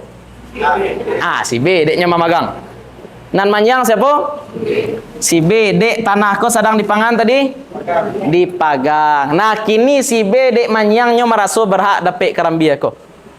Lah dijual-jualnya sadonyo. Boleh enggak tuh? Tak boleh. Beda je koyo. Tadi wak kecian walaupun si B menanam padi di tanah orang lain secara ilegal, tapi nan buah tetap milik si. Tugas si B mengapa sekarang? Ganti rugi. Kalau ikut lain kasus kok. Yang punya tanah jangan punya batang sama, tapi si B merasa berhak terhadap buah karena si B yang menyiang, yang menyiram, yang ikut itu segala macam. Nah, dalam kasus ini si B harus mengganti semua buah yang sudah dia nikmati. Misalkanlah tajwa selama 10 tahun 10 juta adanya. 10 juta. Agiah 10 juta kepada si A. Tapi kemudian si A mesti agiah pula upah gaji menyiang. Sama-sama. Ya. Jadi setiap usaha nanikonya dapat buah deknya nan punyo. Naniko dapat ganti rugi deknya nan menyiang. Ya. Nyanan haram dalam muamalah ko ndak riba saja doh. Ado gharar, ado ghasab. Ghasab ko banyak. Ghasab ko banyak. Ya. Itu gambaran. Nanti ambo kirimkan PDF-nya, ambo lah menulis. Ya, nan digadaikan tu apa? Tanah kosong. Nan digadaikan tu tanah dengan tanaman muda. Yang digadaikan tu tanah dengan tanaman tua, atau yang digadaikan tu adalah tanaman tanpa tanah. Adolon ganji. Dan digadaikan itu apa? Tanaman tanpa tanah. Adolan nomor itu. Kalau sawah itu yang pertama kasus. Kalau yang jalin riba tadi apa kecewa? Ambo gadaikan, ambo pinjamkan kepada engkau piti 10 juta. Iya ame jadi. Sumbarang kok dolar lagi bu, gadai gitu. Dengan syarat satiok manyabi kirim kemari separuhnya. Itu riba. Itu riba. Ya, tapi kalau akadnya ambo pinjamkan kepada engkau 100 yameh, tapi sawah engkau ambo nan mamagang. Berarti akadnya mangasa sebenarnya? Mamagang. Kalau mamagang kau boleh memakai indah. Kiranya dipakainya berarti namanya apa tuh? Ghasab. Ghasab. Ya. Bagaimana hukum ghasab? Haram. Tapi beda aja riba. Ya. Jadi sama-sama saja selalu. Ya, ada ghasab, ada riba. Tapi aku kaji ndak selesai semalam dah sebenarnya deh. Kalau agak rumit ibu-ibu apa-apa memahami yang ikut tadi kaidah tabi'un tabi', kemudian manan bayar ganti rugi itu segala macamnya. Ndak usah main-main gadai. Ndak usah main-main gadai. Masalah awak sebenarnya bak amang gadai-gadai, kau dianggap pemurah sih deh Pak. Ini orang gadai tanah, kau dia apa? Di rumah gadang ketirisan. Itu beda tuh tahu deh. Ikut hendak wak kembali itu gadai kan tanah pusatku. Wak membawa itu untuk membawa anak-anak Firaun dan disuruh manabuhi kemanakan kan kurang ajar. Ya Pak ya. Mama menggadaikan tanah pusatku untuk apa? Magiah makan anaknya dan disuruh manabuhi because siapa? Itu maku anak dia kemanakan banyak bercakap gara-gara itu. Ya, masalah aduh kawan ambo. Nyo baru diangkat jadi datuk mudo, baru diangkat jadi datuk kecenya ustaz ambo baru diangkat jadi datuk dapat warisan alhamdulillah. Warisan utang. Ya. Utangnya kiranya ndak lo dari datuk satingkek dia nya ulah 3 datuk lo kate. Ambona dia itulah kadang ko dia tahu dia orang tua, dia ko sawah dipagang dek seno ko dipagang dek seno tolong tabui. Jangan menggadaikan dulu mama ini kok mama ibu dah ke kok mama ini untuk ada mama ini membeli padati ya kok beli untuk kijang. Ya Itu masalah. Kalau sebenarnya itulah dia digadai-gadai kan sebenarnya. Bagi yang tidak ada alasan orang menggadaikan tanah yang semana-mana. Ada orang ngecek, Ustaz, ada orang menggadaikan tanah untuk membeli bareh. Utak gadang, aduh. Bareh itu dari tanah. Bareh itu dari ikut digadaikan mana sumber bareh awak baru ceritanya. Ya. Awak harus meninggalkan warisan ku tidak warisan utang. Ya, warisan itu warisan berbentuk harta. Tapi itulah ya. Wasap. Kira-kira seperti itu. Ya Pak ya. Wallahu taala a'lam. Baik, masih ada Bapak Ibu? Jadi kalau dilanjutkan, kaca selesai. Ada Bu? Hah? Ibu.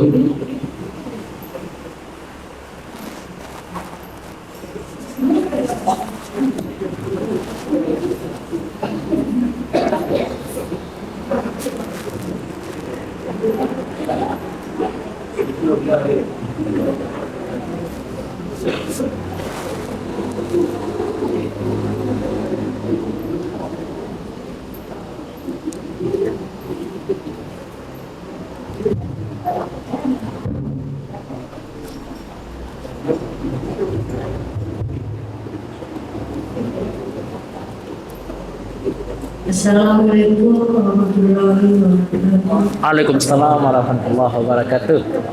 Tapi sebenarnya saya dari dulu saya mau bertanya itu ada ayat mengatakan berkaum makin rukuklah bersama orang. Rukuk. Orang-orang yang rukuk itu adalah di masjid. Ya. Jadi khusus untuk laki-laki saya kurang paham. Apakah laki-laki itu wajib ke masjid? Jadi kalau tidak ke masjid, sholatnya apakah sholat di rumah tidak sah? Terima kasih. Assalamualaikum warahmatullahi wabarakatuh.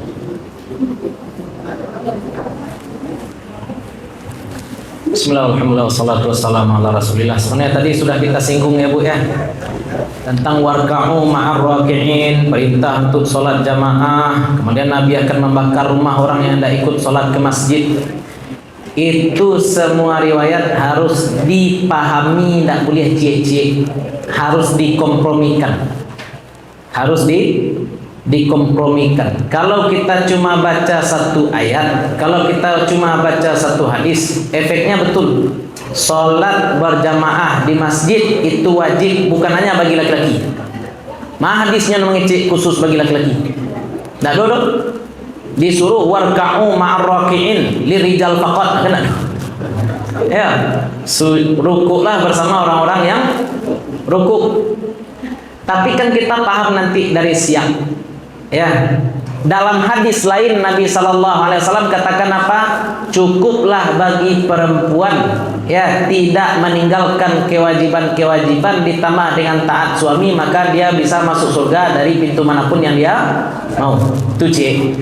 Hadis lain datang seorang Arabi kepada Nabi sallallahu alaihi wasallam, orang Arab Badui, orang Arab dari Najd, bertanya pada Nabi tentang Islam. Dijawab oleh Nabi apa? Salat 5 waktu, kemudian puasa Ramadan, kemudian zakat, kemudian haji. Sebelum beranjak pergi, laki-laki Arabi ini berkata kepada Nabi sallallahu alaihi wasallam, maka saya akan lakukan itu yang kamu sebutkan wahai Rasulullah, tanpa menambah, tanpa mengurangi. Maksudnya apa?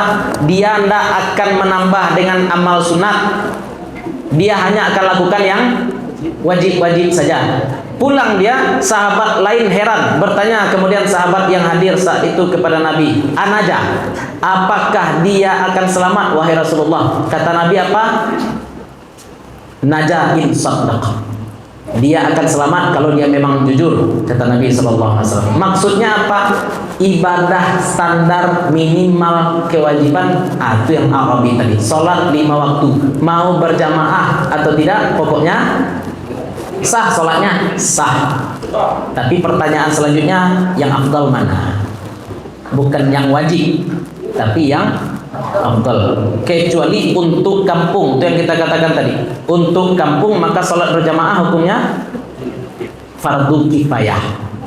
Fardu kifayah, nampak syiar. Kamu tanya ke Bu, apa hukum sholat jamaah Bu? 6 hukum. Hukum sholat jamaah itu ada kalanya sholat jamaah haram. Dulu sholat jamaah haram saat lain. Contohnya itu imam sembahyang jenazah, makmum sembahyang asar. Ada kalanya makruh, imam sholat sunat, makmum sholat wajib. Itu makruh. Ada kalanya mubah, contohnya sholat tahajud berjamaah, mubah, karena tidak disuruh, tidak pula dilarang. Ada kalanya sholat berjamaah itu sunnah. Apa itu? Contohnya sholat jenazah. Sholat jenazah kalau cuma satu orang yang sholat sah tidak Bu? Sah. Tapi sarancaknya berjamaah itu namanya sunnah. Ada kalanya sholat berjamaah itu fardu kifayah. Sholat apa tuh? 5 waktu. Ada kalanya sholat berjamaah itu wajib. Sholat apa itu sholat berjamaahnya wajib? Sholat Jumat wajib berjamaah. Ada orang sendiri saja dia sholat Jumat sah, sholat Jumatnya wajib berjamaah. Jadi beda ya, ada hukum sholat, ada hukum sholat berjamaah. Kok berbeda? Termasuk tadi ya, dikembalikan kepada dalil yang lebih umum. Apa itu? Sholat berjamaah lebih baik daripada sholat sendiri 27. Tapi kurasi awaknya itu Pak, kau orang-orang kecian wajib tapi kifayah, wajib tapi ya kini kukuh perlu disampaikan ya. Tidak mazhab Syafi'i itu mazhab Syafi'i tadi itu fardu kifayah. Dalam mazhab Hambali kan fardu ain.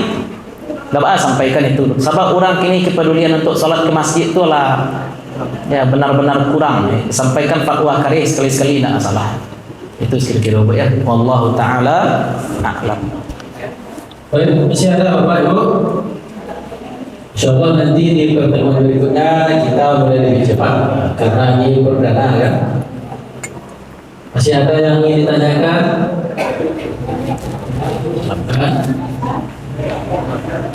Tak ada. Kali.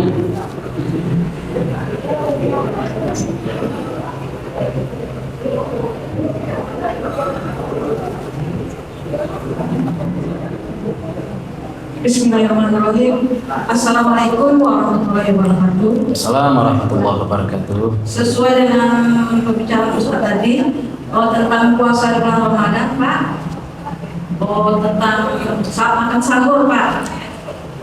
Kadang-kadang kan ada kita punya hadis ya Pak ya, karena dia nggak makan sahur loh Pak. Dalam pengajian dalam itu kan diajarkan makan sahur, tapi dia nggak makan sahur selama 1 bulan atau kadang-kadang Pak. Gimana, apakah sah atau gimana puasanya gitu? Karena sekian, terima kasih. Assalamualaikum warahmatullahi wabarakatuh. Assalamualaikum warahmatullahi wabarakatuh. Tasaharu fa inna fis sahuri barakah. Makan sahurlah karena dalam makan sahur terdapat keberkahan. Kalau dalam makan sahur terdapat keberkahan, berarti hukum makan sahur itu apa? Untuk dapat barakah, sunnah. Jadi kalau ada orang yang tidak makan sahur, sah puasanya, sah. Asal jangan makan siang hari. Ya sakit palonyo siang hari dek tak makan sahur Pak. Yang biaknya bodrek. Balian bodrek cek, minum bodrek cek lo. Bakok minum bodrek siang-siang. Bisa diminum kapan saja. Ada orang tidak makan sahur sama sekali, puasanya tetap sah. Yang payah tuh Pak, orang lah azannya makan jule. Dia tuh gawat tuh. Ada orang Malaysia itu tuh, orang lah azannya naknya makan dia.